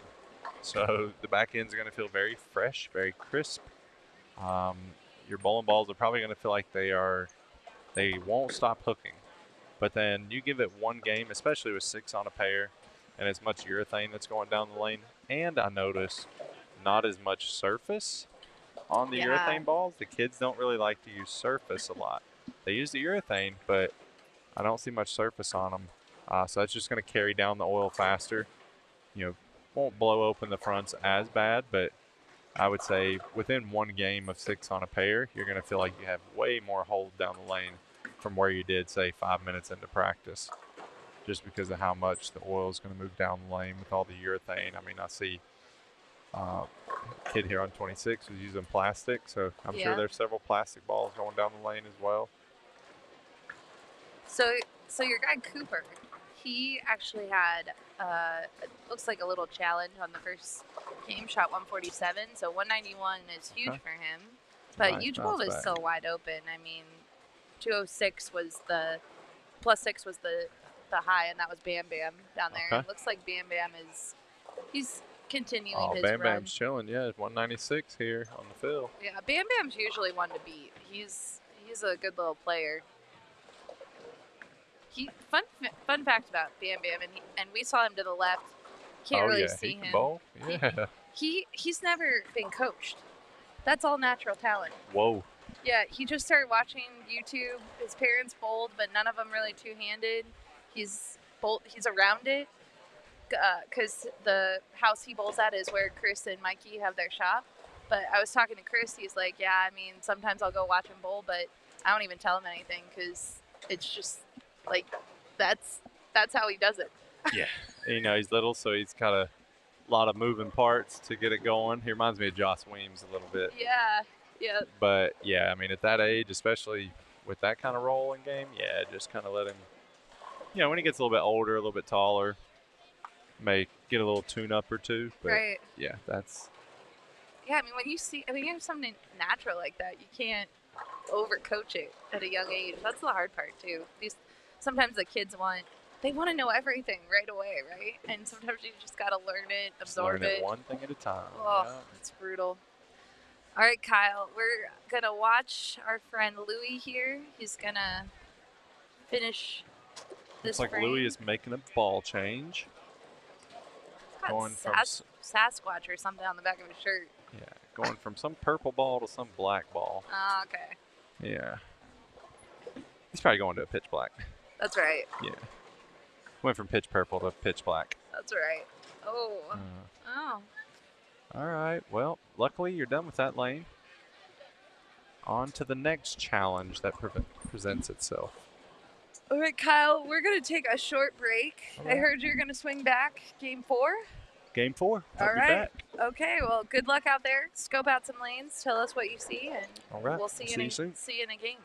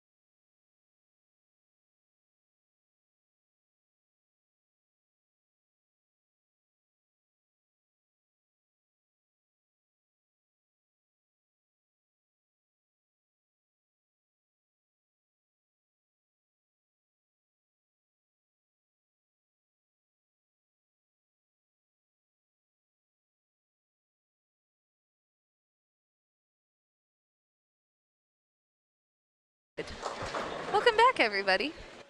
I am joined by Alyssa Ballard. Hello. Alyssa, welcome back to the SYC. It feels great to be back, but it also makes me feel really old. Well, if you feel old, how do you think I feel?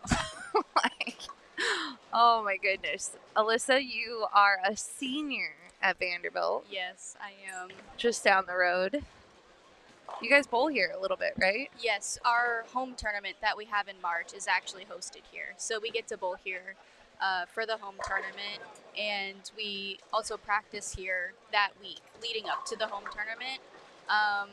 But we do have a facility on campus, so for regular practices and things like that, we get to stay on campus, which is nice. We don't have to commute back and forth, but we do get to be here for that week and that home tournament weekend. Nice. So, what do you miss most about the SYC? I think just the environment that SYC brings. It's different than any other like youth tournament that I have bowled. Like Junior Gold, it also very, very competitive, but there's just so much pressure put on that tournament. And I think with SYC's, yes, there is pressure to want to win, get that banner, get that trophy, but there has been so much emphasis on having fun, making friends, getting to be or make a bowling family. There has been so much emphasis on that yes, it's a tournament and it's competitive, but there's just a whole other like side to it. And now that like Ballard versus the Big C is a really big part of SYC's, like it's just getting to know that there's another side to bowling. It's not just competitive, but also, like I said, like family and friends that you make. Like I'm here watching people bowl that I met because of SYC's. So I think it's just the environment that it brings. I love that. Yeah, and that is our goal, is to make it a welcoming environment, and it is more than just a bowling tournament. So I think that, to your point, right? Like, it's not all about the scores. While we do award champions, and it's great. So, the bowlers we are watching on 25 and 26 we got Braden Street, Brian Brandt, Gavin Fernandez, Cameron Kaufman, Jarrett Berkemeyer, and Duncan Thompson III. So we're in game number 3 now. The short patterns looked a little tricky today. What do you think? Yes, yeah. I've been kind of walking around the bowling center back and forth. My cousin Olivia is bowling, so I was watching the girls bowl a little bit. I have not seen Olivia this morning. They were down somewhere in the 30s. Okay. She started at the low 30s. Okay. So I haven't seen. All right. Yeah, they've been down towards the higher end this morning. But I have gotten to see, just from going back and forth and watching some of my friends bowl as well as her, scores do seem a little up and down. There were some really good games. You know, usually game 1, since it's your starting pair, game 1's usually the higher scoring game. So there were some like 230s, 240s, 220s. And then, you know, of course, the 2 teens, which are always still good games. For sure. It's still plus, not going down in any way. But then there is a lot of hook, and that does tend to make a little bit of some people struggle if you have a little bit of slower ball speed. So there were some lower games to start out, but scores have kind of been everywhere. There's been high, there's been low, but also there's 13 games left in the weekend. So, I mean, if you have one bad game here and there, it's not that big of a deal because you still got so much left to go. For sure. Yeah. I mean, that's the key, is like, even if, you bowled them, even if you have a bad or a rough morning, yes, you can come back and have a great afternoon and still be in good position overall, and even maybe get a medal. So there's medals for every round, which is exciting.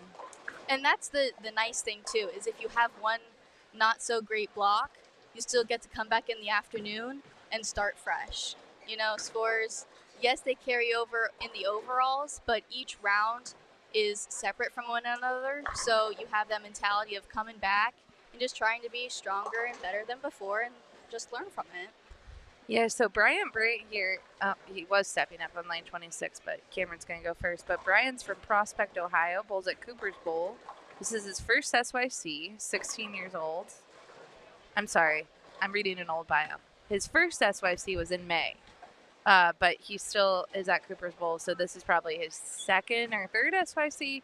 But he shot 2 300s after 8 months of switching to two-handed bowling. And he wants to say hi to his coach Quincy Walker and grandparents. So And he just struck. again. Has the front 3 so far. It's crazy. These kids, I'll tell you, you kids are way more adaptable than us old folk. Hey, we try. Yeah. So tell us a little bit about college. There's a lot of parents or kids maybe listening. What is the college bowling experience like for you? Yes, so I've already had a few parents talk to me this morning about it, just asking about what the transition was like from, because I did high school bowling. I know some places don't offer high school bowling, but like what the transition from high school bowling to college bowling was, and just the environments in general. And I will say, I thought my mom was a little cliche when she was like, college bowling, it's like the best years of your life. But at the same time, like, she says that and I'm like, oh, well, you bowled back when, it was however long ago. It's different now. But from my 3 years so far, I can say that it is just a completely different environment and experience than bowling is individually. Bowling usually is a very individualized sport.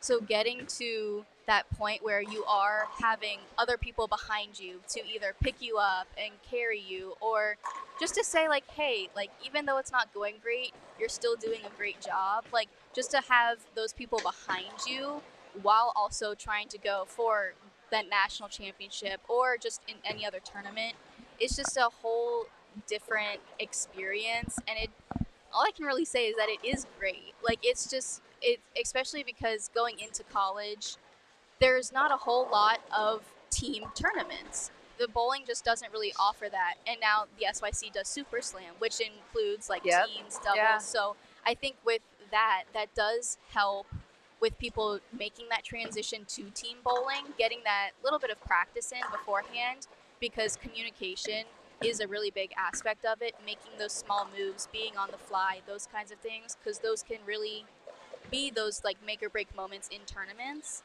And just having that connection with that group of people, you only get to experience those things with that group of people. So just having that extra special connection with them just makes everything so much better. I love it. You're having such a good experience, and you're hitting the nail on the head with what college bowling is about. And that team atmosphere really is kind of isolated to that college bowling, because even when you graduate, I'm assuming you'll want to go out and bowl some PWJ events. Yes. Yeah, but that's individual again too. So just embrace it and enjoy it. It's a great 4 years of your life for sure. So what are you majoring in? So I actually was originally a history major. I was American Studies, but they actually just created a new major last year. And it's called Culture, Advocacy, and Leadership. Oh, wow. And it's more work-based, kind of like what like an HR job might be. Yeah. So I actually switched over last year to that major. Cool. So now I'm doing a kind of leadership, kind of more work-based major. And I will hopefully get to use that when I go back home and I help out my parents with their pro shops. Nice. I get to finally use those leadership skills on them at some point. And I just hope to eventually expand Ballard's Bowling Academy to its full potential. Very nice. That's exciting. Well, you'll be a great ambassador to join your parents. Of course, Hall of Famers, Carolyn and Dell. We miss seeing them. They come. Your mom's been at a few SYCs this year, but we don't see your dad very often. Yeah, we're actually in the middle of renovating one of the pro shops, the one at City View. Nice. So they're busy. They have been a lot, very busy.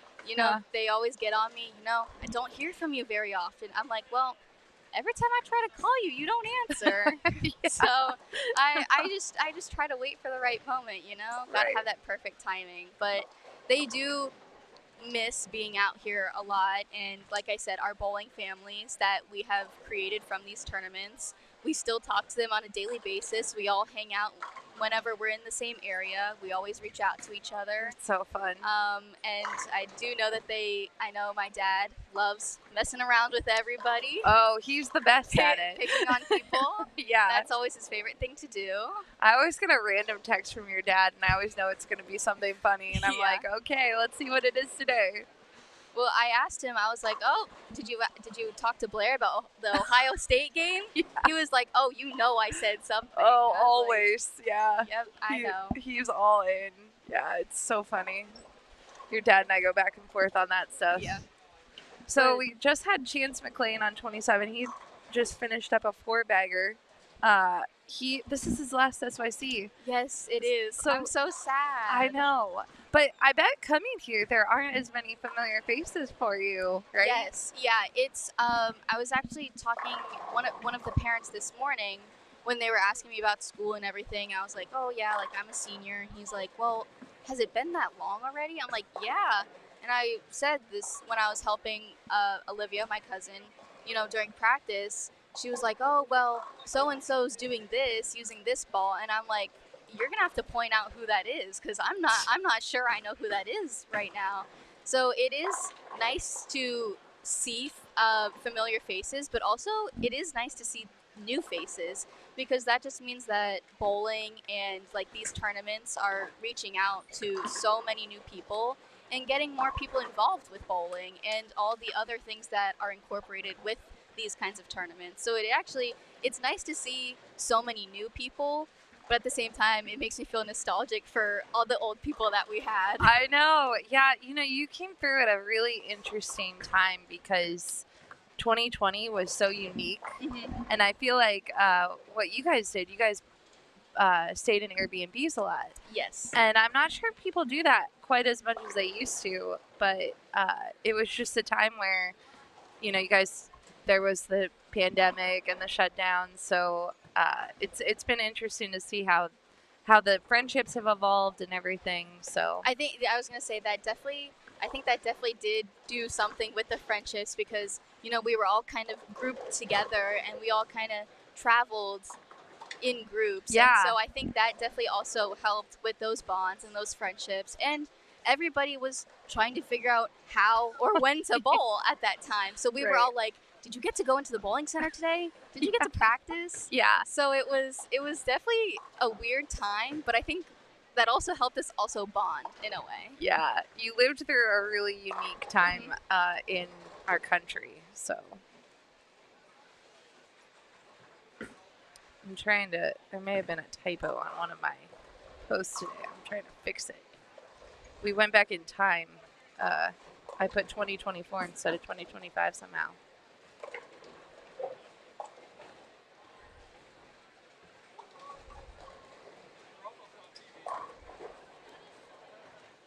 All right, fix that.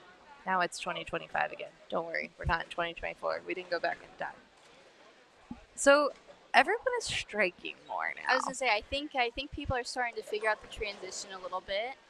On lane 25, Duncan is up right now, but he has 8 spare and a 4-bagger. Yeah. Either the lanes are blending a little bit, or everyone just got into the same part of the lane. When it started today, we were commenting that everyone was trying to play a little different part of the lane. I mean, most Yes, people yeah. were to the right, but they were using different bowling balls and maybe not exactly in the same area, but now it does look like everyone's kind of watched what other people are doing, moved, transitioned a little bit. So Yeah, I think they're definitely starting to see that shape a little bit. yeah. Definitely got some strings of strikes going on. 3 4-baggers. Yeah, it looked like the gutter was kind of out of play for most of the kids. Like anyone that was trying to play straight up Yes, yeah. up the outside. I don't know if that's house characteristic. Kind of had to bump it a little bit.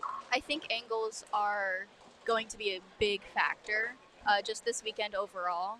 But I mean, usually, yes, on shorter patterns, you try to play straighter angles. But with that gutter not necessarily in play, the gutter tends to be more like 4-ish instead of like that 1-2. So making sure you're not swinging it way out there, but also you can't keep it directly in front of you. So And then it's so flat in the middle that Yeah. that was making everyone so tricky. So I think they're finally starting to see that lane shape a little bit better now that it's kind of blended out a little bit. I think this is game 3, so a little bit of transition, but I think everybody's starting to kind of see it. When does your season officially kick off? When's your first tournament? So for NCAA, the season officially starts October 1st, but we do not have our first tournament. We do not bowl our first tournament until I believe it's the weekend of October 17th. Okay. And we're actually in Ohio. Oh, no way. We're Fun. bowling Youngstown's home tournament. So we'll be in Nice. Youngstown that weekend. Go take on the national champions. Yep, we're very excited. Actually, Victoria Verano's sister, Gia, my goat. I love Gia. She is a freshman at Youngstown this year. Right. So it's going to be a little bit of a family reunion there, but it's also going to be really exciting because that also just puts into perspective how many like new people we have this year. Yeah. I mean, like we have 4 new people this year just on our team. So it's going to be fun to see this year and just this season how teams have adapted with bringing in new people, losing people, and that kind of thing. So I'm really excited.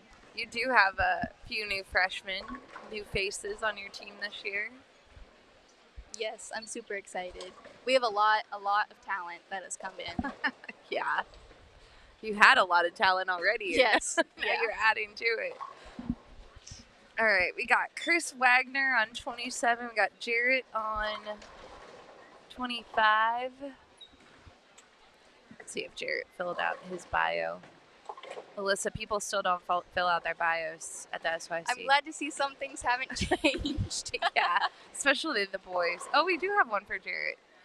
So Good job on Jared. yeah. So Mr. Jarrett Bergemeyer, he's from Findlay, Ohio, 17 years old. He broke the school record with his high 2-game score of 514. Now in high school bowling, they only bowl 2 games for their matches, individual scores. Yes. So that's where the record comes from. His favorite subject in school is calculus. Oh, I don't know if I can agree on that one. But he does work at Chick-fil-A part-time. Chick-fil-A is a winner. Okay, that's the redemption from the calculus. Yeah, but he wants to say hello to Grandma Linda, Grandma Marcia, Grandma Arnie, Sister Elena, and Brother Brady, and all his coaches and friends in Findlay, Ohio. So shout out to all the family back home. Let's see who else we've got.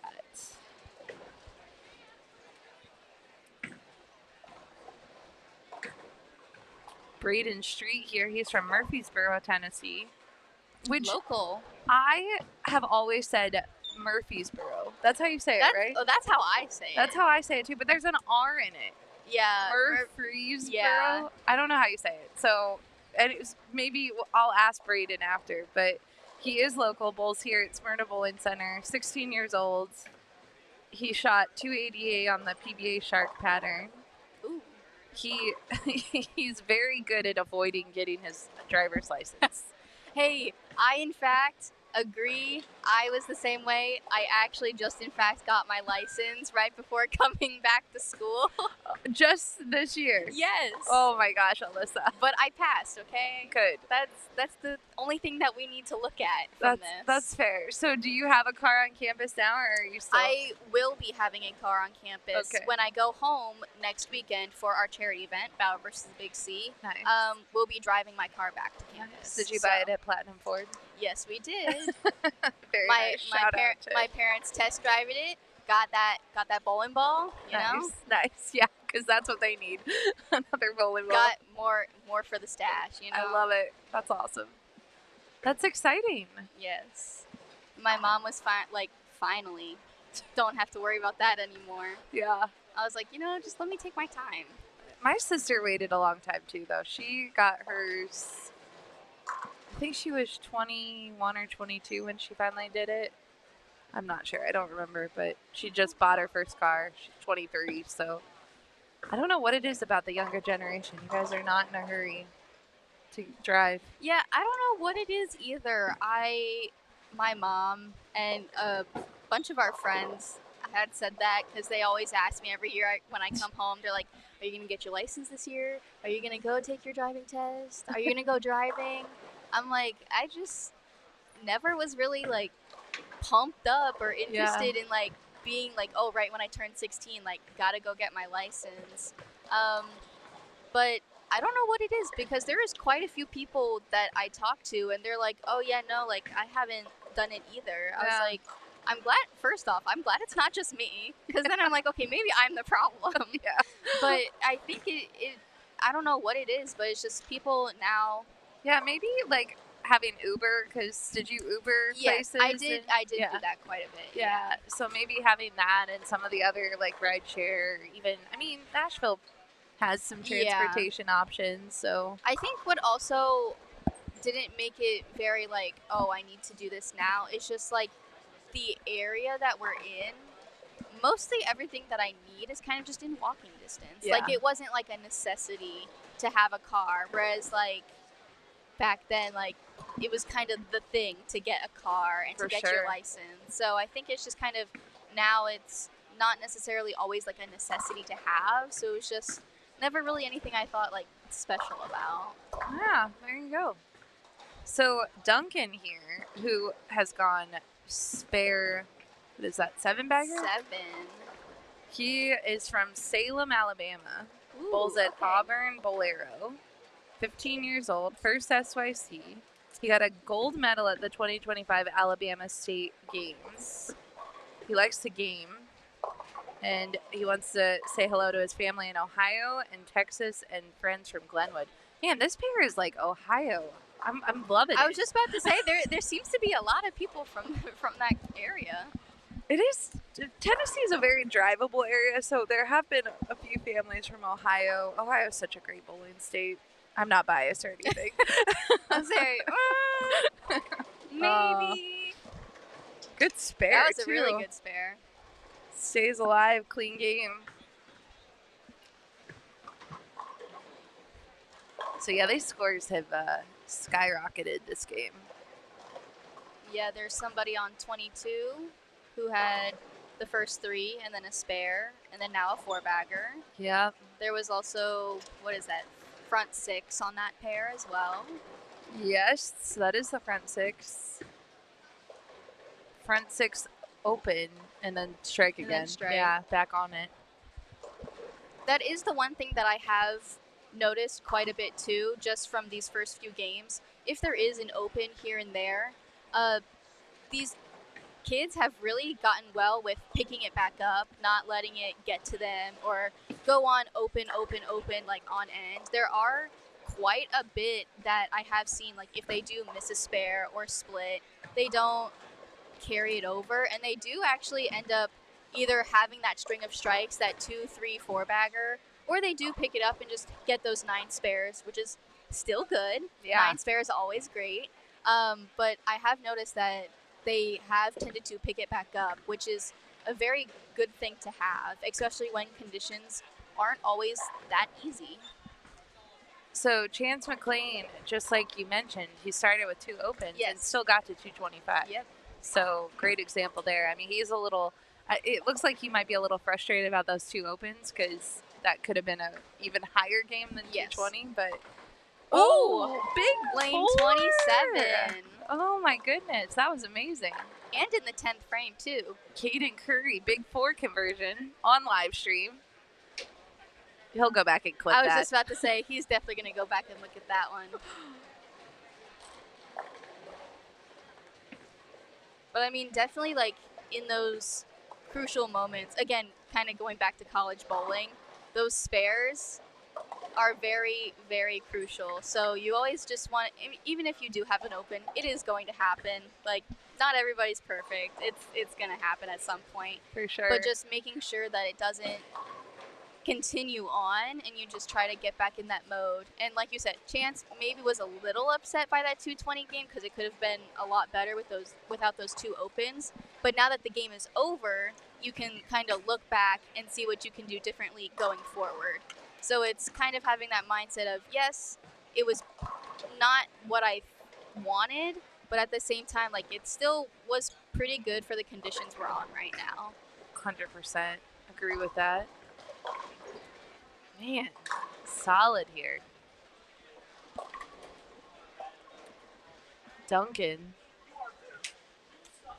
can go out for 266. Let's see if he does it. Duncan is on a roll right now. That would be the high game that we've seen on live stream today. Yet.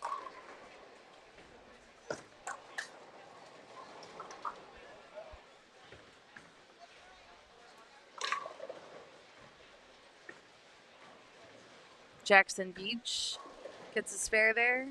He can get to 194. And that's still not an awful game either. It's not. He had a lot of 9 spares.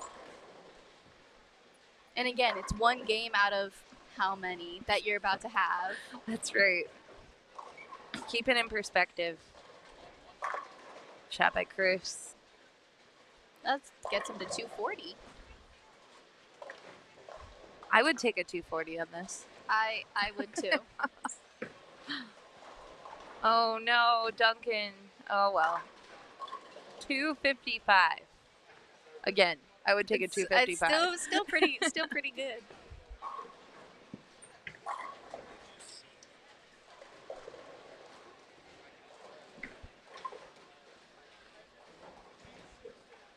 I mean, we got some 220s, 240s, got that 250 in there.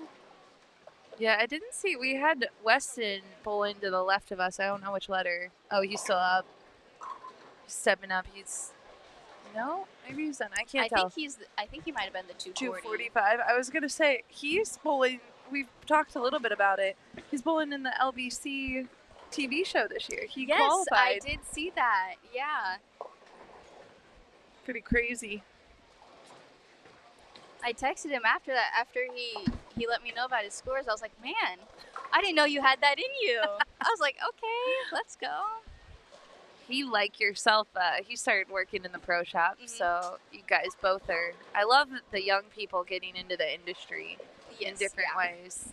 Because, the bowling industry, there aren't a ton of jobs, but there are jobs. So if you are a young bowler and you love the sport, and even if you want to compete professionally or not, don't forget when you're getting your college education that you can come back and find a job and do what you love.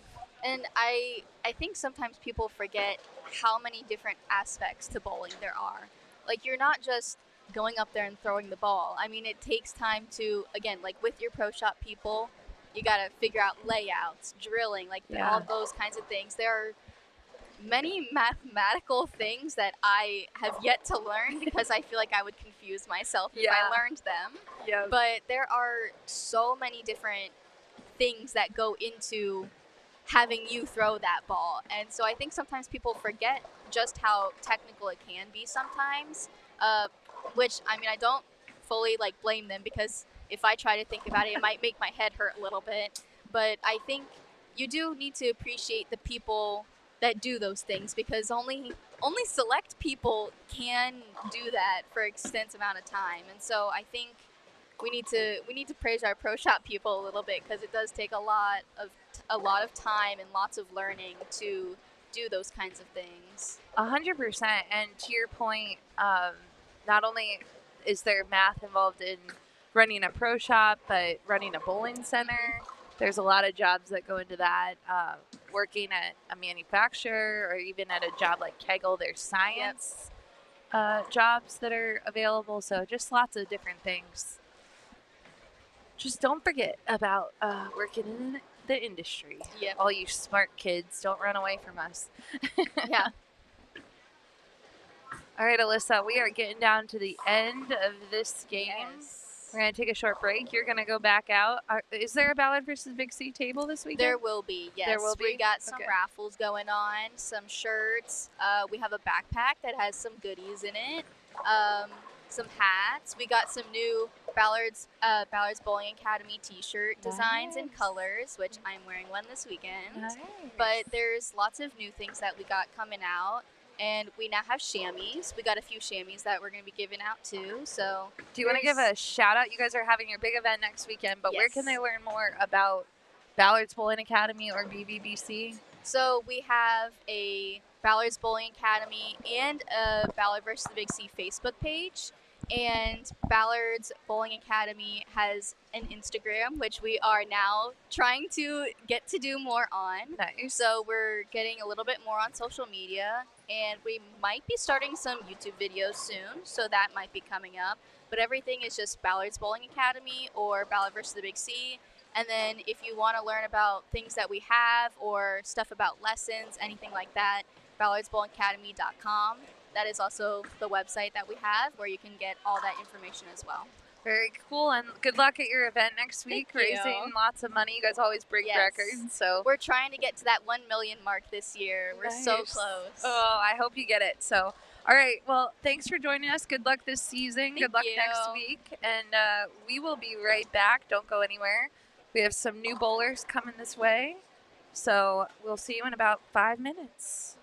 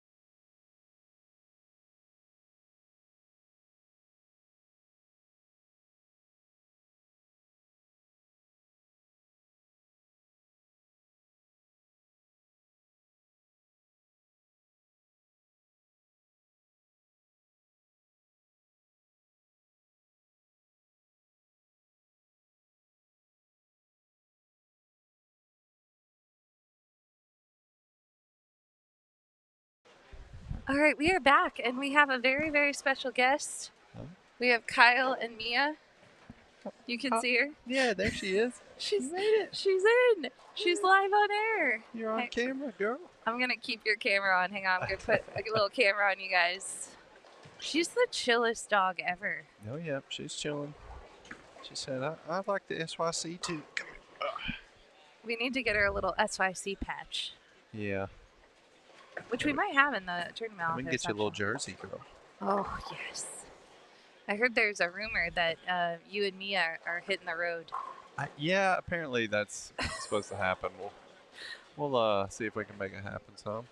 At least some stops. I mean, some stops aren't going to be possible because you're flying, but I don't know. She's pretty little. Yeah, I've heard we're bowling in Indiana a good bit, or, in the Indy area. Okay. So, that's only an hour and a half from the house. So she'll definitely be making an appearance.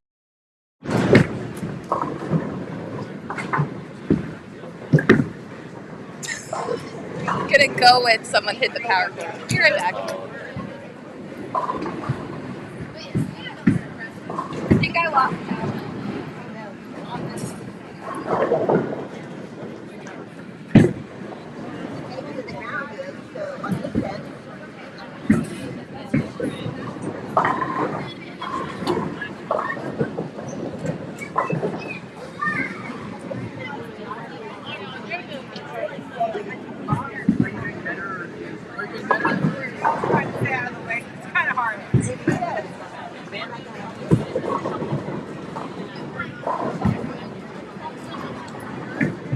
Someone unplugged it for a phone charger.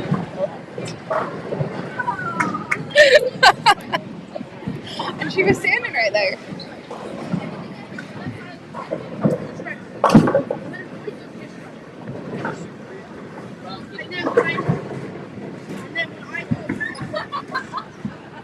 Maybe?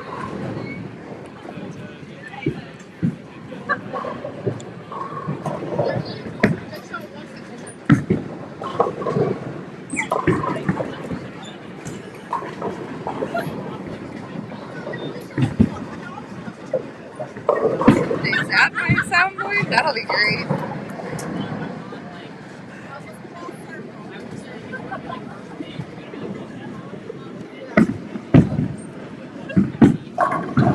Move and let you through, or did you get through another way? I think you were out of the way. I do not remember.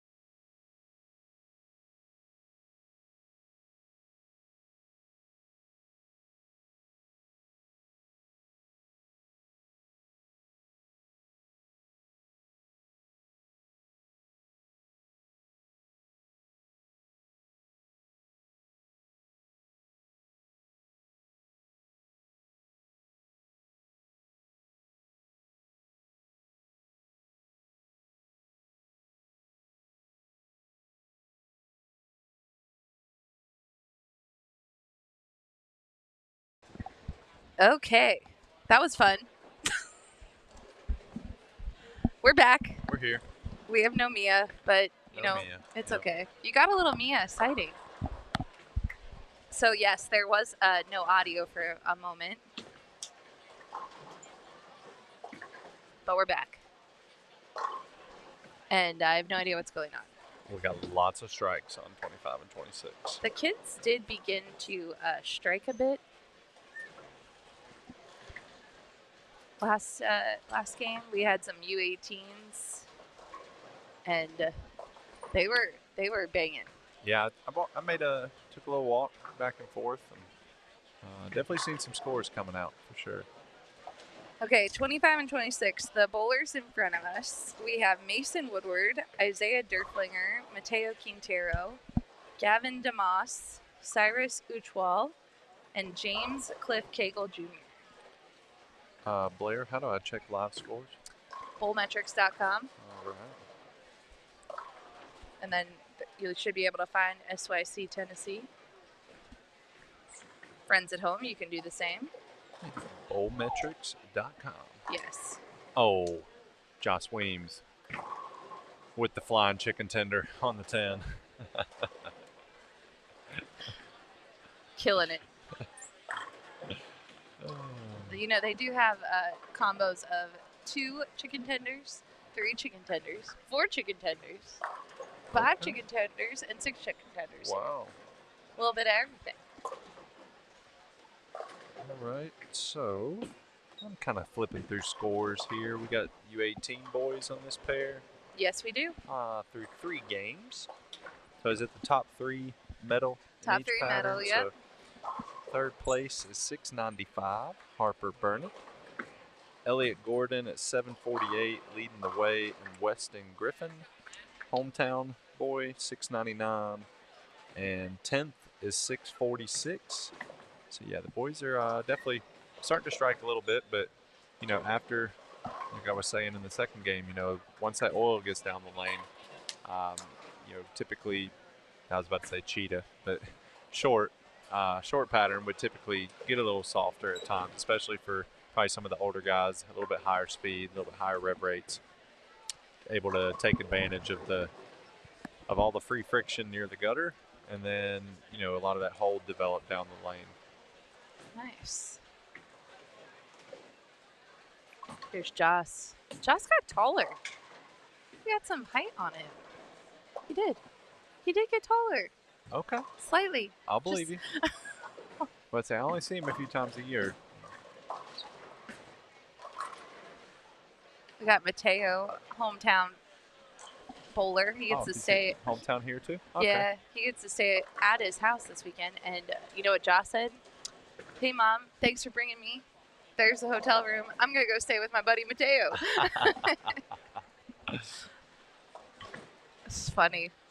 I did flip over to the U18 girls. Okay, what do we got going over there? So after 3 games, we have 1 girl plus. That is Bella Castillo, Okay. 627, followed by L'Oreal Tharps at 576, and Trishna Desai at 572. Sorry about the pronunciation of names. And 10th is 513. So, let's see. Bless you. Sorry, I didn't know where the mute button was. The red one. You're good. The red though. one? Yeah. But Which one am I? Blue? you are Or green? green. I'm green. Yep, Number yep, 2. you're number 2. So 60 pins from 3rd to 10th in the U18 girls. Do you have the score? Sorry, can you go back to U18 boys? Because Gavin Murray said he was plus 100. I saw him. Wonder if some of these aren't updated yet. Let's see. You said Gavin Murray? Yeah, he's bowling on 27. You see him? Nope, I don't even see him on the list of bowlers. Huh. Not Gavin DeMoss. No? Oh, Gavin Murray. Yeah. Oh yeah, he was 46 over after 2. Okay. I guess Yeah. So some of the scores are still being. input. I'll slow down on the scores then. We'll revisit that towards the end of this game. Yeah, it looks. I think they're starting end to end for scores, but I don't see our scorekeepers out there. So. So, would you want to be bowling on the short pattern right now? Oh, I'm ready for it right You're now. ready? Yeah. You're all in? Oh, this one it gets nice. Yeah. Especially noticing, there's not a ton of guys sliding 30, hooking it with big resin balls. So if you were doing it right now, it would probably be pretty good pair to pair. Okay.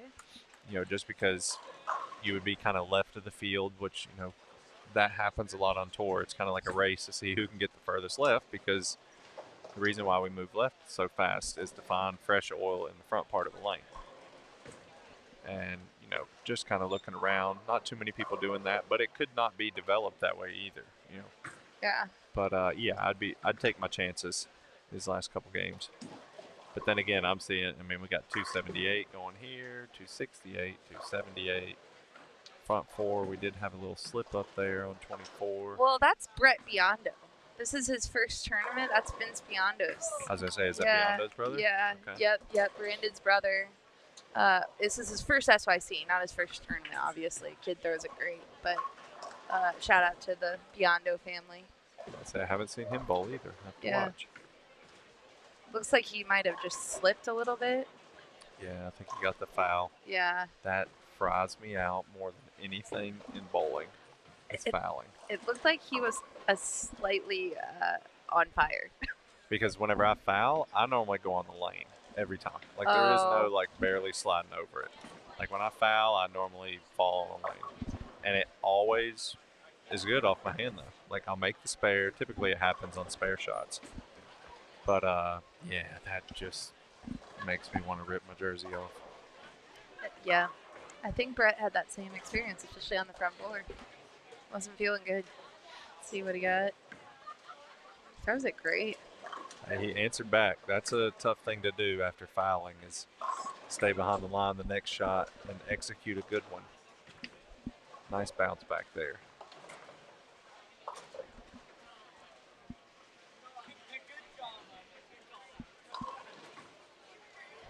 Cyrus Uchwal is ready for Halloween here on 26th. I see that. Yeah, that's Jason's son. Yeah. Runs the bowling centers down in Louisville area. Yeah, there's some shifting going on down in the Louisville area, right? Wasn't one of them closing? Yeah, so Executive closed, Yep. and they opened up the new Strike and Spare in J-Town. Yeah. Actually bowled a summer league there. Beautiful center. Massive game room, so I like that too. Nice. Yeah, very nice center. Is that where you bowl the most when you're home now, is Louisville, or? No, well, in Louisville, but I bowl at Kingpin most of the time. Kingpin, That's where I practice at. That's where we have our fundraiser event. Yeah. Which We're going back there for the SYC too. Very nice, yeah. Yeah. I guess I will use this time for anybody listening or tuning in. We do have our 4th annual Christmas fundraiser event going on Saturday, November 15th in Louisville at Kingpin Lanes. We only have about 50 entries left. We have 200 prepaid entries already. All the money that we raise, we provide Christmas for underprivileged families. Through 3 years, we raised $38,000 and provided Christmas for over 90 kids. Amazing. We use foster kids, angel tree kids, families that are suggested to us from people. And it's gotten bigger and better every year. We're almost sold out on our lane sponsorships already within a week.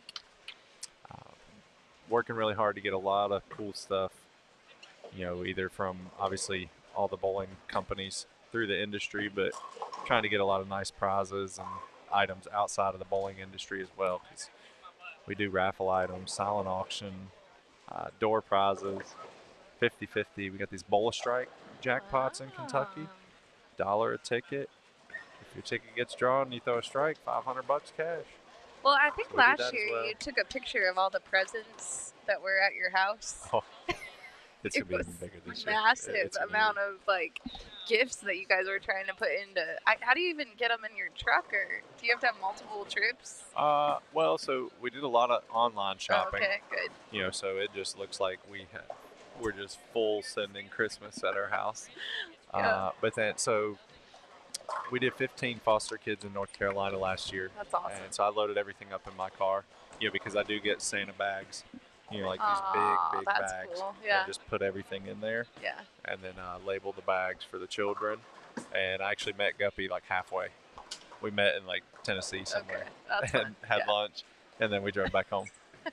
So I didn't have to make the full 7-hour drive to North Carolina. But That's a good deal too, and you get to see your dad, so yeah, that's get to see pretty him cool. for a little bit. I think we met him at a gas station in Arby's last Solid, year. solid. Yeah, but yeah, shout out to what you guys do. I mean, SYCs are all about charity too. We have the BVBC going on, so you're doing an amazing job and helping out families. So yeah, if anyone's listening, That's our next step, is to start a foundation of some sort. And cool. I know we had talked about it after the fundraiser last year, but unfortunately didn't work. get around to that. Well, you had this little thing called a wedding.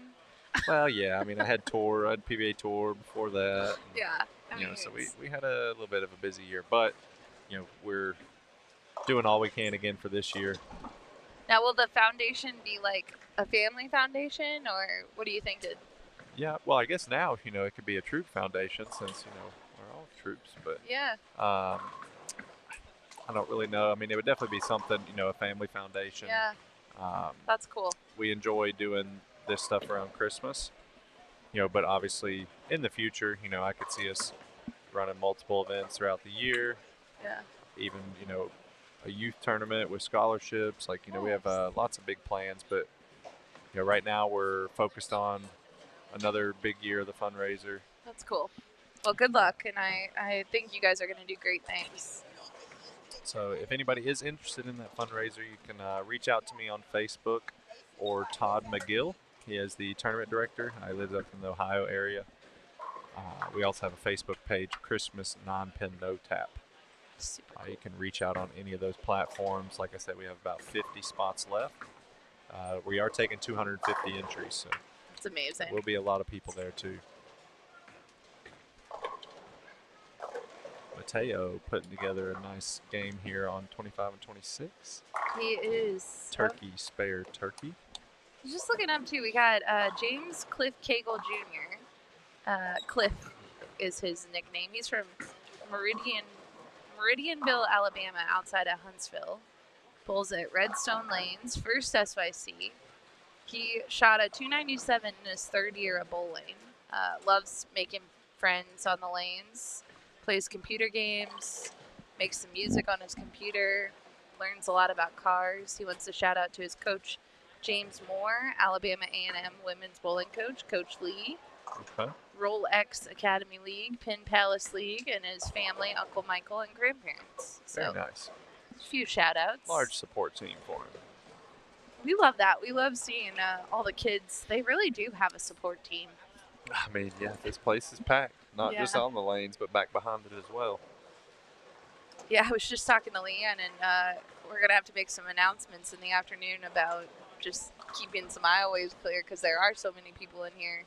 It's crazy. At least they kept the bowling balls in the settee area today. Cause They did. I was looking at that yesterday. I was like, I mean, this reminds me of PBA Tour practice session. Bowling balls everywhere. But, yeah, good call there.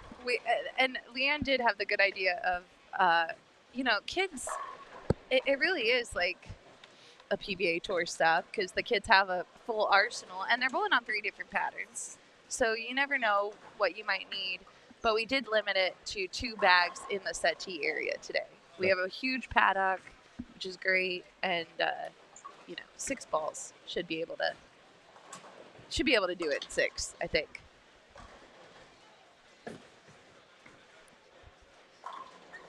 So we got Cyrus. We mentioned earlier. He bowls at Executive Strike and Spare. He's from Lawrenceburg, Kentucky. 16 years old. He's really proud of his improvements he's been able to make over the past 2 years. He came back after being off for a year because of a major surgery. He loves to cook steak. Okay, So if you need a Cyrus. good steak, Okay, I'm coming over. he Heck yeah. wants Let's to go. say hi to his mom too. Steak is an art. Steak is great. Steak is great. Yeah, and you were talking earlier about choosing some more healthy options in your life. Protein is probably huge, right? Yeah, oh yeah. Yeah. All the protein. All the meat. No sodium seasoning. Nice. Sounds bad, but it's not that bad. That was my biggest thing. Yeah. Just no sodium, or Lower I salt. tracked my sodium. Yep. And you were just intaking a lot of it before? Before, Oh. I guess I was, yeah. Yeah. 'Cause, throughout my journey, I mean, when I first started it, obviously I was trying to lose some weight, you know, and then we'll build it back. I lost 11 pounds in a couple months, probably 2 months, which I didn't have a ton of weight to lose to begin with. Right. But yeah, it was just falling off of me, which was crazy to see, with eating as clean as I was, the changes. Yeah, how quickly. I was like, okay, this is what it feels like and looks like to fully commit to the nutrition. Like, I was weighing my food, and if Dave is listening in, I already told him I got to get back on track. We had a few weeks off for the wedding and then over in Sweden, but yeah, we'll get back on track now. I love it. All right, let's see. We introduced. I'm trying to think who else we missed. I think Mason here. Mason's having a great game. A bowler. Let's see if he did a bio.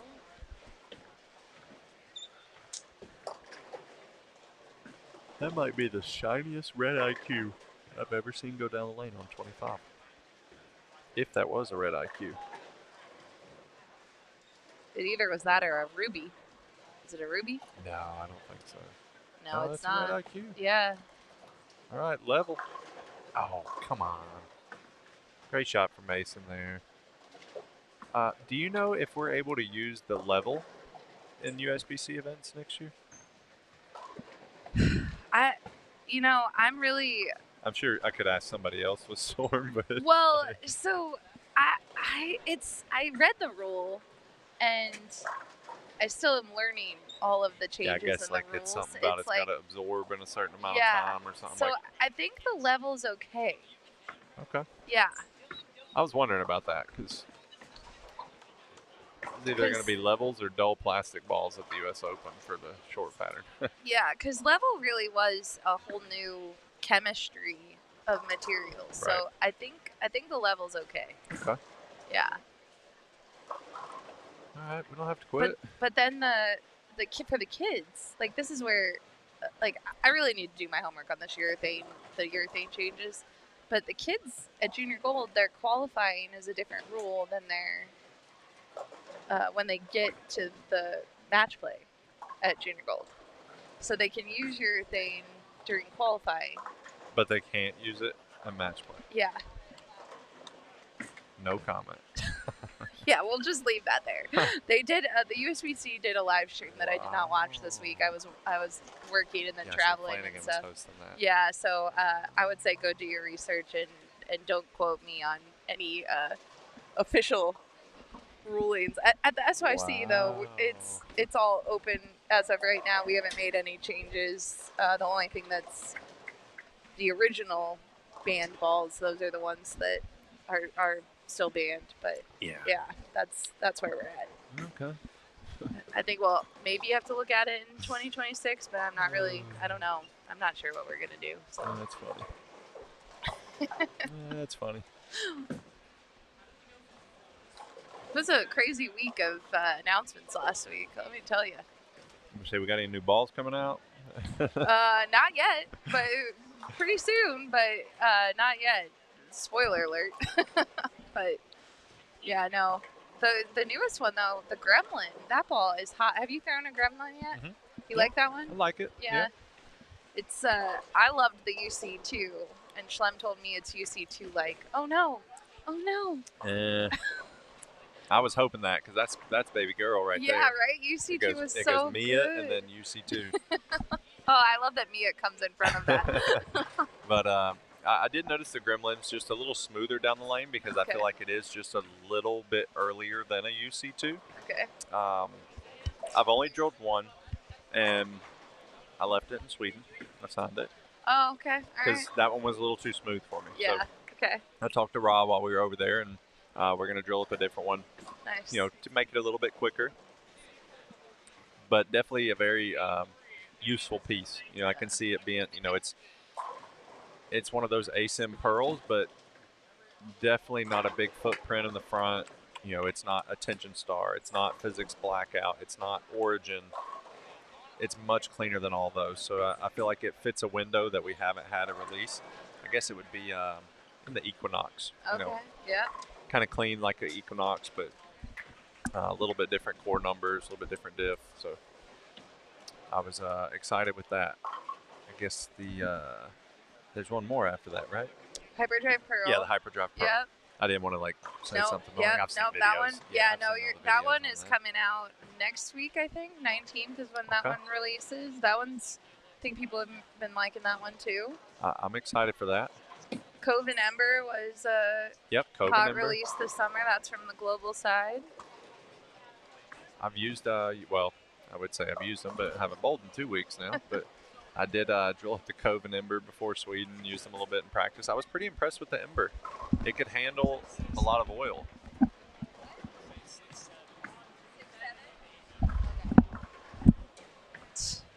Six, These seven? kids, 6, 7. I don't get the 6, 7 thing. You have kids now. What is the 6, 7? I have no idea. You don't know it? No. I don't. Yeah, someone's gonna have to explain this to me. Yep, they're all laughing at us right Yeah, now. that's what happens. Yep. That's what happens when we're old. Kyle, we're old. Oh, we're there. Yep. Okay, so back to Cove and Ember. You know, the one that I drilled for nationals, and I just started league last week, and I drilled it for women's nationals. Didn't throw it. I didn't bowl all summer. Came back. I am pro solid. I was hoping you were going to say that ball because that Ball is money. That's like the only ball I used at nationals. I It bowled is like so 20, good. 50.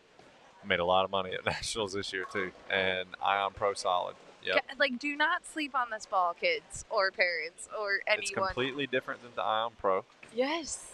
and Storm hasn't released very many clean, quick solids.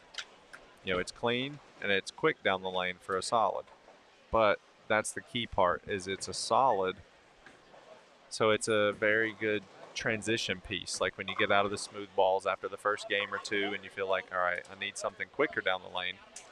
And that's when a lot of people go to like Attention Star or some other pearl, and it's a little too much off the bat. You know, like it's not quite time yet to use these whippy pearls, so to speak. That's where the Ion Pro Solid fits right in. Because it's quick, but it's still kind of round because it is a clean solid. Not to interrupt, but Mason Woodward, 256 here. Nice game. That's solid. That's That's a level up right there. is a level up. game. Level Yeah. up with the level. yeah. So that Iron Pro Solid released in June. I think people slept on it over the summer, and I'm telling you, do not sleep on this ball. No, Like, go to the pro shop, ask about it. You're totally right. It threw me off because it's polished, and I definitely had to hit it with surface because Same. it was Yep. crazy angular down lane. I'm like, okay, we need to. I was not expecting it, but Yeah, it's, I was, it's so good. When people ask me what's my favorite ball right now, it's Ion Pro Solid. Yeah, so good. Like the, controlled shape of it. Controlled, but it's not round because it's early. It's Right. round because it's built that way. With the polish on it, makes it a little quicker. Okay, we're gonna see what Mateo finishes up with. Mateo's a past SYC champ, Team USA member. How old is Mateo? I want to say he's 16, 17, Well, I say, how old can they bowl till? 18? 18. Yeah. This is Brady McDonough's last year. He's going to Wichita next year. I think Mateo's 1 year behind him. No, but my stepson does. I downloaded it. And played it. And then whenever I found out the ins and outs of it, no. Like just all the different cards and, this beats this and this beats it. Because my stepson plays it all the time. Him and his buddy Eli.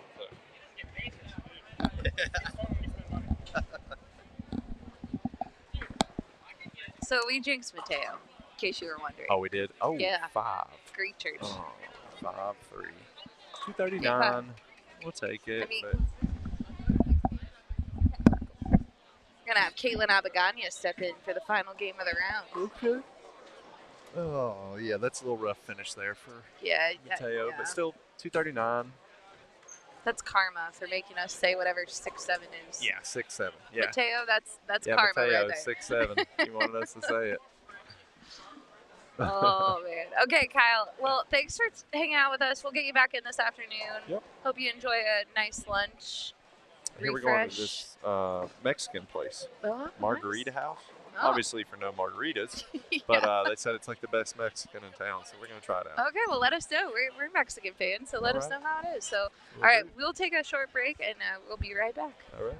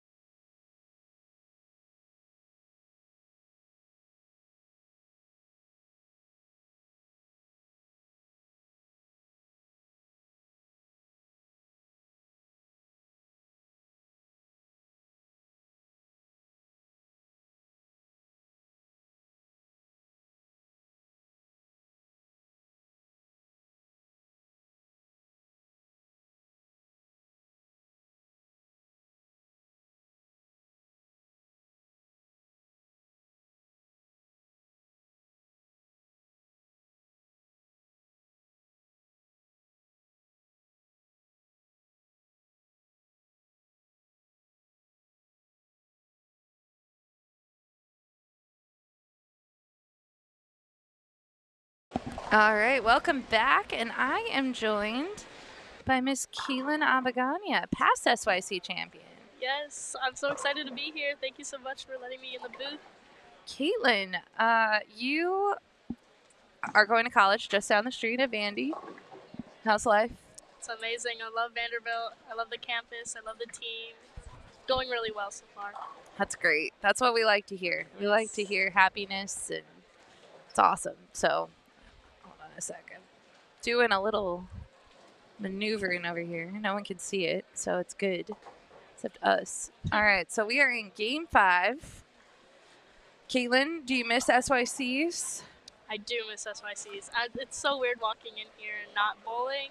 You know, I just want to put on my shoes and start throwing the ball, but you gotta sit back and watch the young talent do their thing. It's really nice to see like the future of the sport. Yeah, there's a lot of new bowlers. We had quite a few new families at this SYC. 27 states represented. The pair in front of us, we're going to be watching Jacob Fester, Zachariah McLean, Jackson Dias, Andrew Myers, Max Ecken, and Cameron Morton. Let's get it. So Mr. Cameron here, he's up on 26. Now, game one, there was not a lot of striking going on. Definitely not. But the last few, there's been some striking. Yeah, they've opened up a little bit.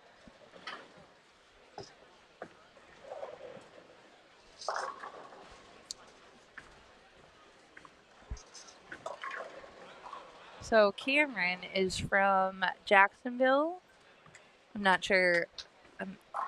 Jacksonville. He just put Jackson. Florida, maybe? Yeah, probably. We'll go with that. He is 16 years old. He's had 3 top 25 finishes, a junior gold in 5 years, GPA 4.4. And he would like to say hi to Cardi B. Cardi B. Yeah, you know, we'll say hi to anyone. Now, Max told me he did not fill out a bio, Oh, man. but we have one previously. So he's from Ashland, Ohio, bowls at Lex Lane, 17 years old. He is an SYC champion. He finished 6th at Junior Gold in 2023. He won a high school state championship and a national championship. Nice. He loves to make new friends, play Xbox, and he wants to say hi to all his family and friends back in Ashland. Pretty cool. A great resume already. Absolutely. Jacob Besser, he's from Washington Township, bowls at Shelby Lanes. First SYC, 17 years old. He won at the 2025 MD USPC Junior Masters. Plays golf. Wants to say hello to Connor Rogus. Got some. Everyone has a shout out this time. That's good. Do you have shout outs? You want to shout out to anyone? All my Storm family's here right now, but I'll say shout out to Gary because I haven't seen him forever and I miss him. So. I know. He was going to come this weekend, Oh my goodness. but he's just been traveling quite a bit this Yeah. summer. But so, what advice do you have? These kids are all bowling. Some of them are U18. Some of them may be looking at colleges. You've started at school. You haven't bowled yet, just because you guys don't start till October. But what advice do you have for kids who want to bowl in college? Yeah, just getting your name out there, going out and bowling tournaments. And when you do bowl those tournaments, try and just have a good attitude because that's what they're looking for. They're not looking for super high scores. They just want to see consistency. They want to see that you're coachable, approachable, just good attitude all around.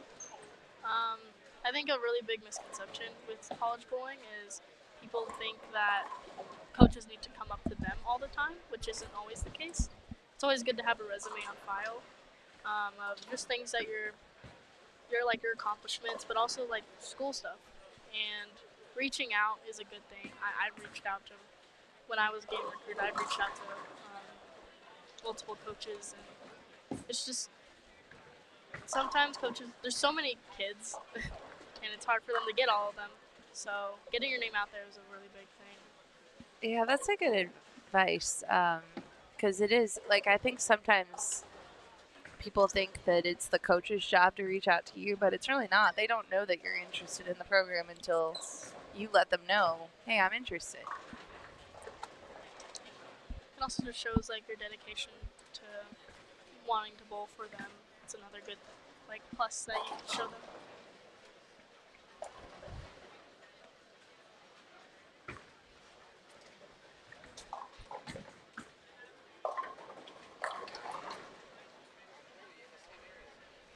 Andrew was on a double there. Looks like he might have just got it in a little bit.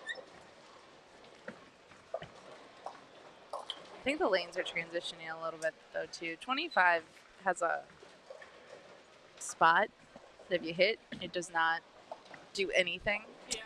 It just is hanging out there. The last time, if I remember correctly, was there SYC in Smyrna the past few years? 2020. Yes, we that had was one. The one I was at. Yes, yeah. Oh my gosh, it's been so long. I'm so glad it's back here in Nashville. I love Yeah. Yeah, Smyrna was one of the initial additions because we had them in Reno and then we added one in Coastal and then Smyrna was the next add. So we are glad to be back in such a fun area. You live in a very fun place. I agree. Mr. Max, he's won an SYC this year, won a couple. Throws it great.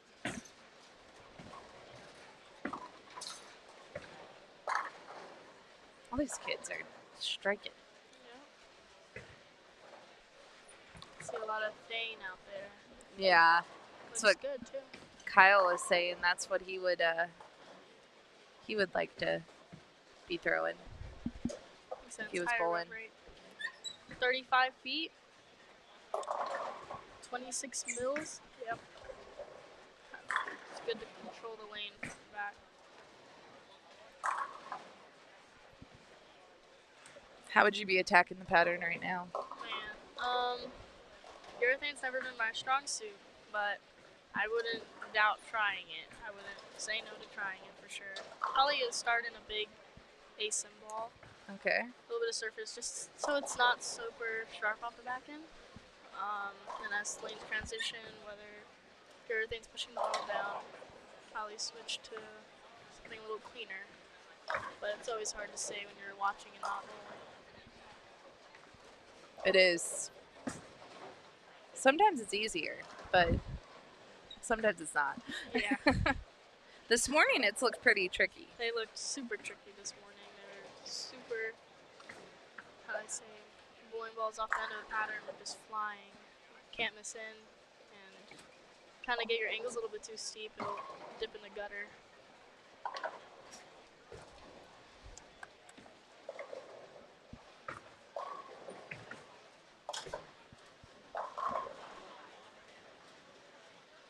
Got some cool Wick jerseys out there today too. Yes, we love Coolwick.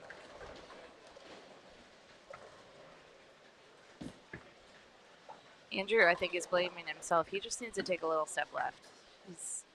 Sometimes it's so hard when you're in the moment, like you think you're throwing it bad, but really you might just not be in the right part of the lane. Yeah.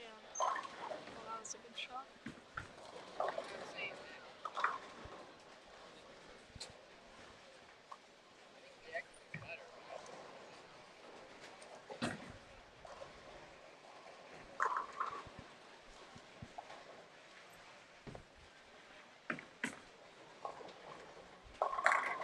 Ah, good shot. Have a Aiden on 27. Got a shout out for Cam Morton. He's up. Cool. And really nice. Let's see if Jackson filled out his bio. He did. He's from Conway, Arkansas. Bowls at Conway Family Bowl. He is the 2025 PBA Junior National Champion. 15 years old. He works in a pro shop. Wants to say hello to all his Bowling 101 pro shop guys at home.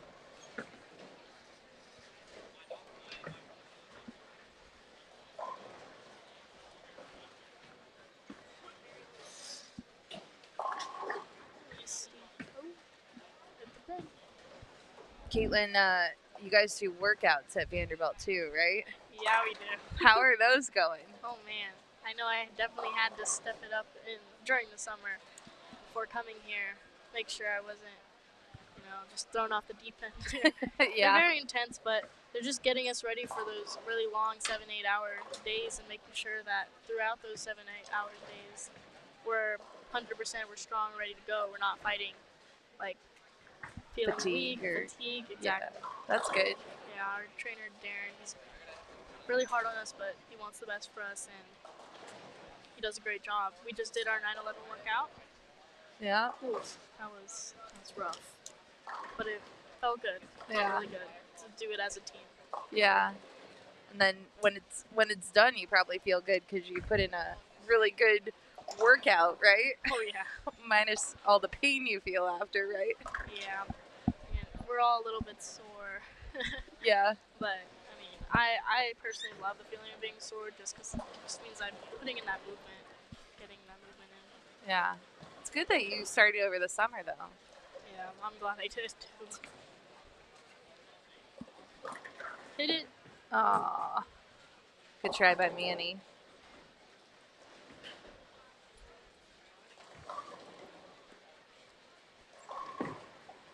So we are halfway through the 5th game.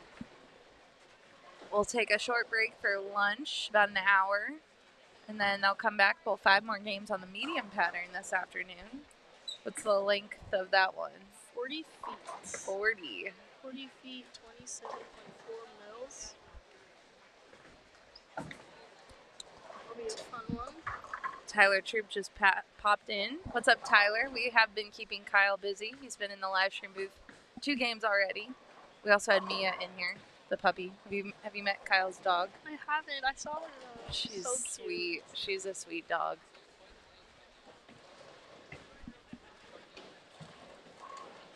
We got Christian Mouton on 27. He's a member of the Storm Junior team. As is Manny on that pair too.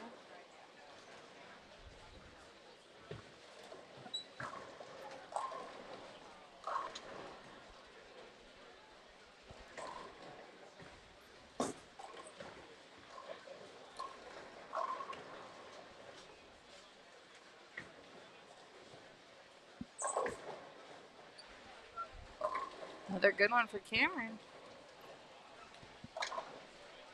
Really good shots.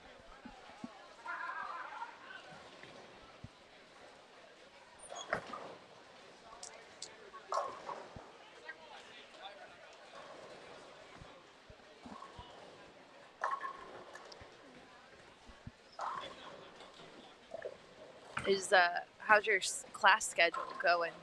It's great. I'm just kind of taking a little bit of my general education right now. I'm probably going to major in communications. At least that's the way I'm going. I really enjoy it, honestly. Favorite class right now? I like my English class. It's a lot of work, but it really makes me reflect on what exactly I'm actually reading versus actually just reading it. I've always enjoyed reading, so. Nice. What are you guys reading right now? We're reading this poetry book. I can't even pronounce it because it's French. Okay. But it's basically about like moving on after, like just moving on from like a big change, I guess. Okay, that's a good one. That's good for freshmen to be reading, right? Oh yeah, for sure. Very relevant. All right, Max is on a turkey. Let's see what he does on 25.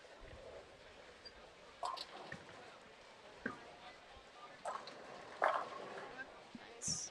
4-bagger.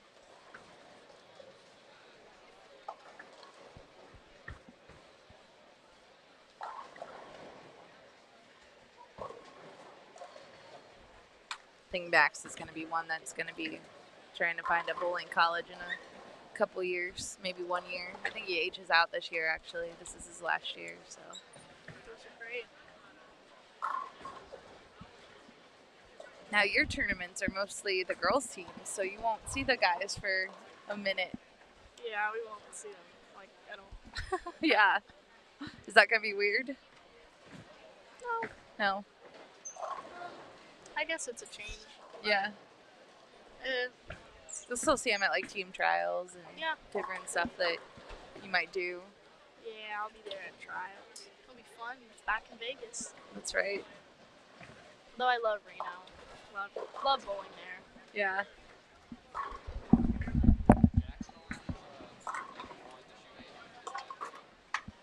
Okay, thanks. So our sideline reporter Max just let me know Jackson here, he only needs 231 to shoot 800 in the back 3. Wow. Yeah. All right, let's go, Jackson. So we will let's pull up some scores. Let's see what we got going on.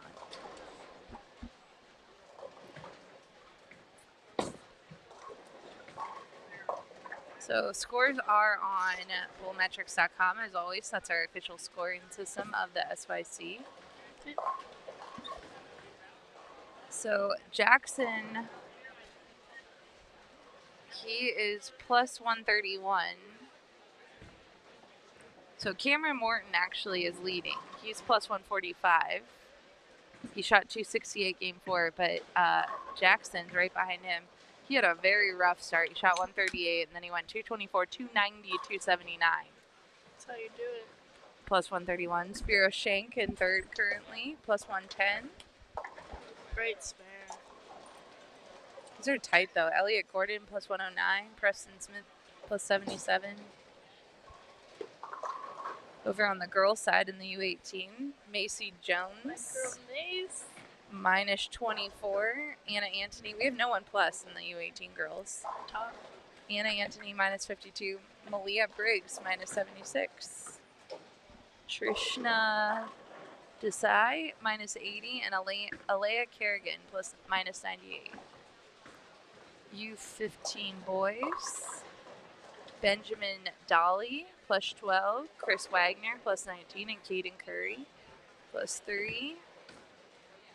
U15 girls, we got Taryn Murphy up on top. Olivia Portillo and Daisy Newton. And U12 boys, Bam Bam, Aaron Cabness leading the way down there, followed by Nolan Randisi. And let's see, Stevie Newton and Ellie Kate Murray are battling it out. So, pretty fun. Andrew wants to know what the pattern they're bowling on today is. Short pattern. How many feet? 35 feet. Pretty flat, though. Oh yeah, for sure. That's the shape. Yeah. 2.65 to 1. 26 mil.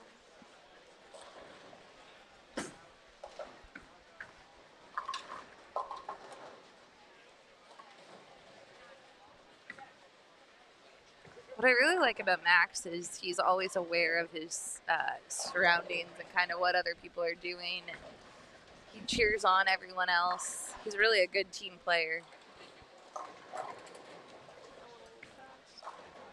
It's always good to be aware of what's around you. It also makes you a better bowler. Seeing what other people are doing. Yeah, who's playing the lanes the right way, per se, or Yeah. scoring. Just seeing who's scoring and what they're doing if you're struggling, but also just if you're moving to that pair next, it gives you a little bit of a read. It's always good to be aware.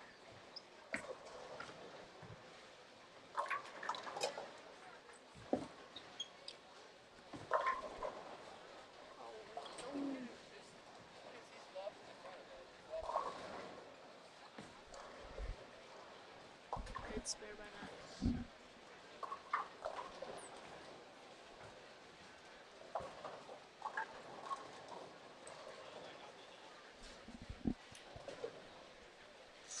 Looks like we have the front 7 down there on 31. I'm not sure who it is. It might be, it's not Mateo, because he's up.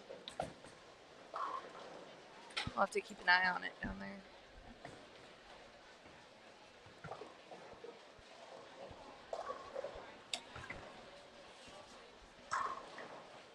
So Cam, of course, is leading.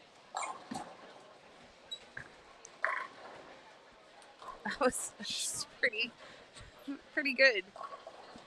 It's really good.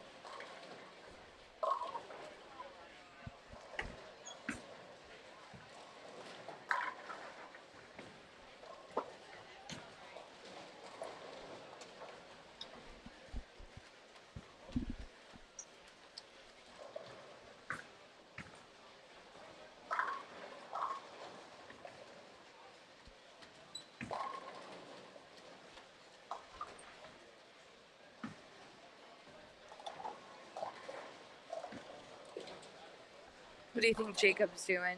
Looks like he's kind of trying to find the right part of the lane. Yeah, I just think he's a little bit too left. He needs to get his break point out a little bit more. Could be missing, obviously, but he also could just be too far left. Not sure what he's throwing. I can't really see. With short patterns, it's really hard to move in. When you move in, you have to make sure you're getting your ball out. But also with the carry down of the urethane, it's hard for your ball to pick up in the back, especially nowadays with how much is being thrown. But the guys have such high rev rate that it's usually us girls. It's hard to do that. Yeah. All right, Max gets one to cross over. Yeah, they have no shortage of rev rate on this pair. Oh, is that Mason down there? Looks like Mason. He bowled great last game, and he's having another great game.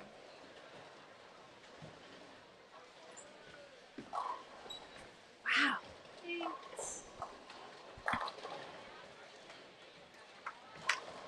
All right.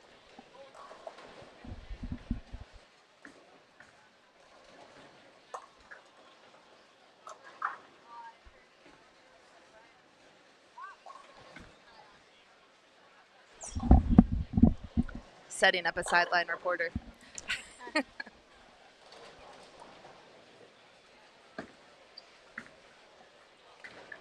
Ooh. You guys practice single pins a lot? Oh yeah. Practice all the spares, All especially me. I just switched my spare ball, so I'm getting used to it. Oh, what'd you get? A Vandy spare ball. Oh, nice. Yeah, my ice cracked. Oh, It's okay though. that's exciting, Vandy though. Yeah, it's what they had. Yeah, that's cool. But I also changed a little bit how I'm shooting at my spares, so it's a work in progress. But I'm seeing a lot better progress, I guess. That's good. Feel more confident in my spare shooting. I feel like I've always been a good spare shooter, but just having that extra like push of confidence.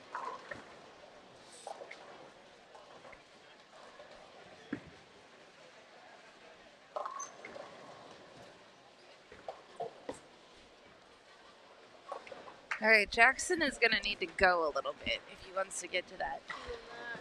Yeah. He will not. Yeah, he can't get there. He needed to strike it. Yeah. Still a great set that he's putting together, especially starting with a 130. Yep.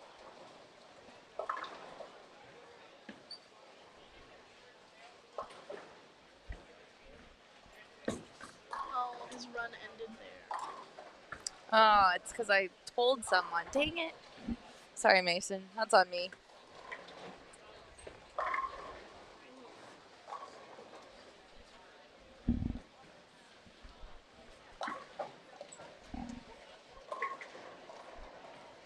Caitlin, are you going to be helping with the BBBC table this afternoon, or are you heading back to school?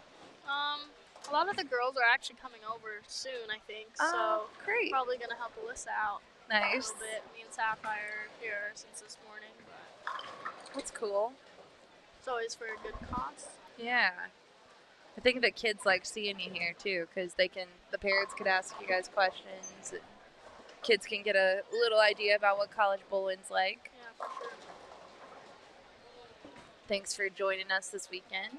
Oh my gosh, it's a pleasure to be here. I was so happy when I saw that SYC was coming back to Nashville. Yeah. Smyrna, Tennessee. Yeah, and you guys aren't traveling this weekend, which is even better because Yep. sometimes the Vandy team is on the road.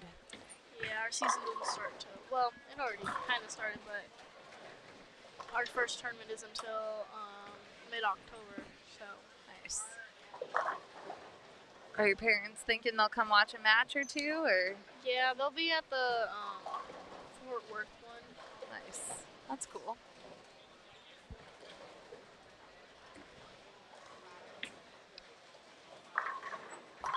Good shot by Manny, yeah. Little double. Let's see where he's at. Looks like he, yeah,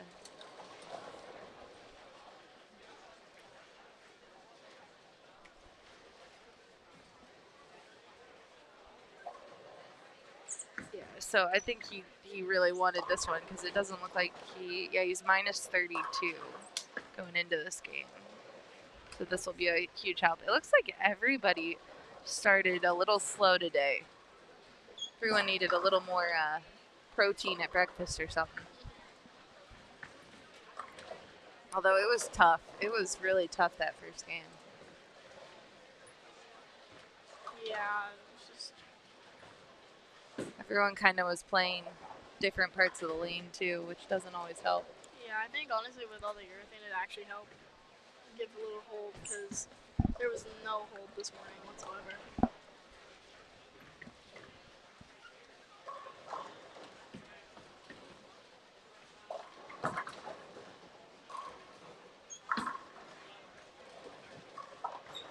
Spare.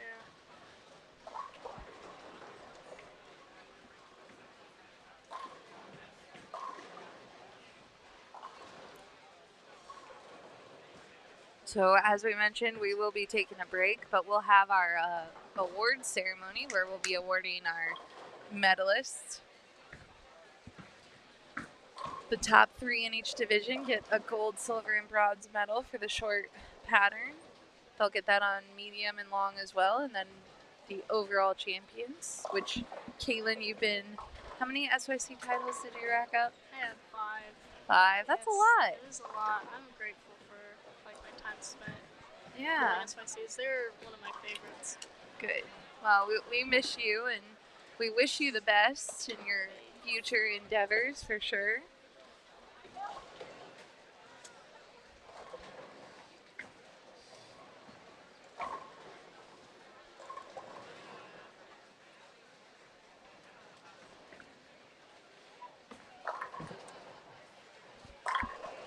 Nice. Good finish. Yeah, 190.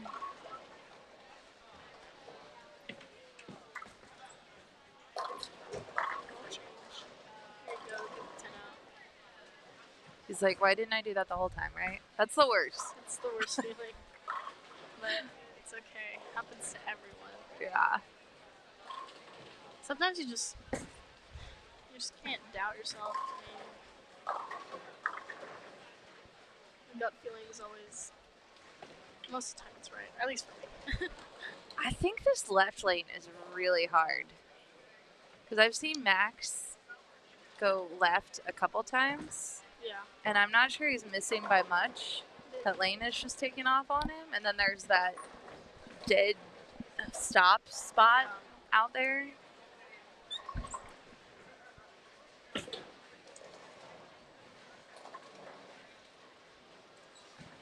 Max is going to be the high on this pair. Great game. Yeah.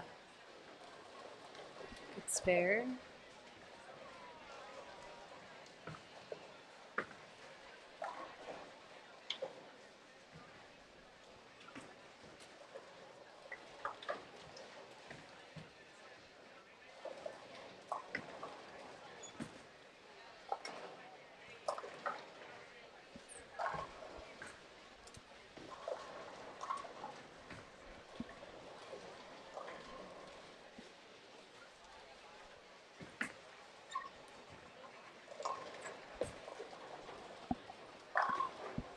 Great job by Jackson, yeah.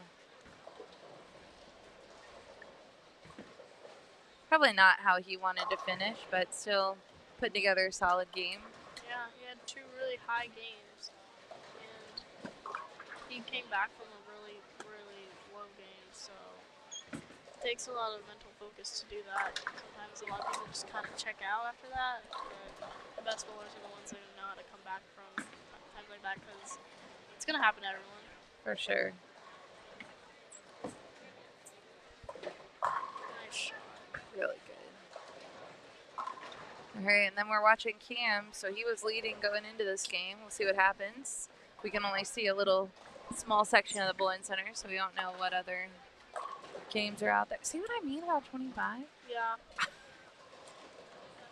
Like, man, I bet these guys are like, I am so glad to be done.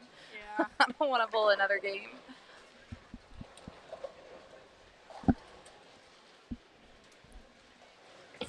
Look at what Brett Beyondov's doing too, because he's having a pretty solid day. Oh yeah, he was in 6th going into this game. Plus 75.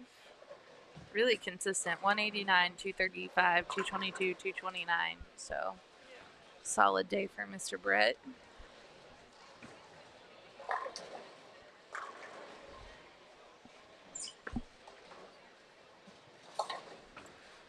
All right, we'll watch Cam finish out, and then we will be ending our live stream for right now. We'll be back in the afternoon. Caitlin, thanks again for joining us. Thank you for having me. Good luck this season. So much. Oh, I can't wait to watch how you guys are going to do. You it's have a gonna be great team, solid bowlers, It's gonna be so fun. mix of experience and some newbies like yourself.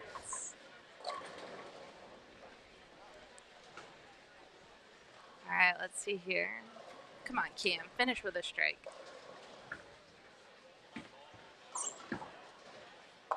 Oh, hit it. Oh, he does it. All right, and with that, we are going to end the stream. We will see you all at 2:30 p.m. Central Time. You've been watching the 2025 SYC Tennessee. The SYC Tennessee would not be possible without the generous donations from our sponsors: Storm Bowling, Cool Wick, PBA Junior, KEGEL, Turbo 2-in-1 Grips, 3G Shoes, Ray's Eyewear, Ballard's Bowling Academy, Master Industries, Quality Respite and Home Care, and by TD Transportation. Special thanks to the official scoring system of the Storm Youth Championships, Bowlmetrics. The preceding was produced exclusively by Storm Bowling. For more information on upcoming events and more, please visit stormbowling.com. Once again, thanks for watching.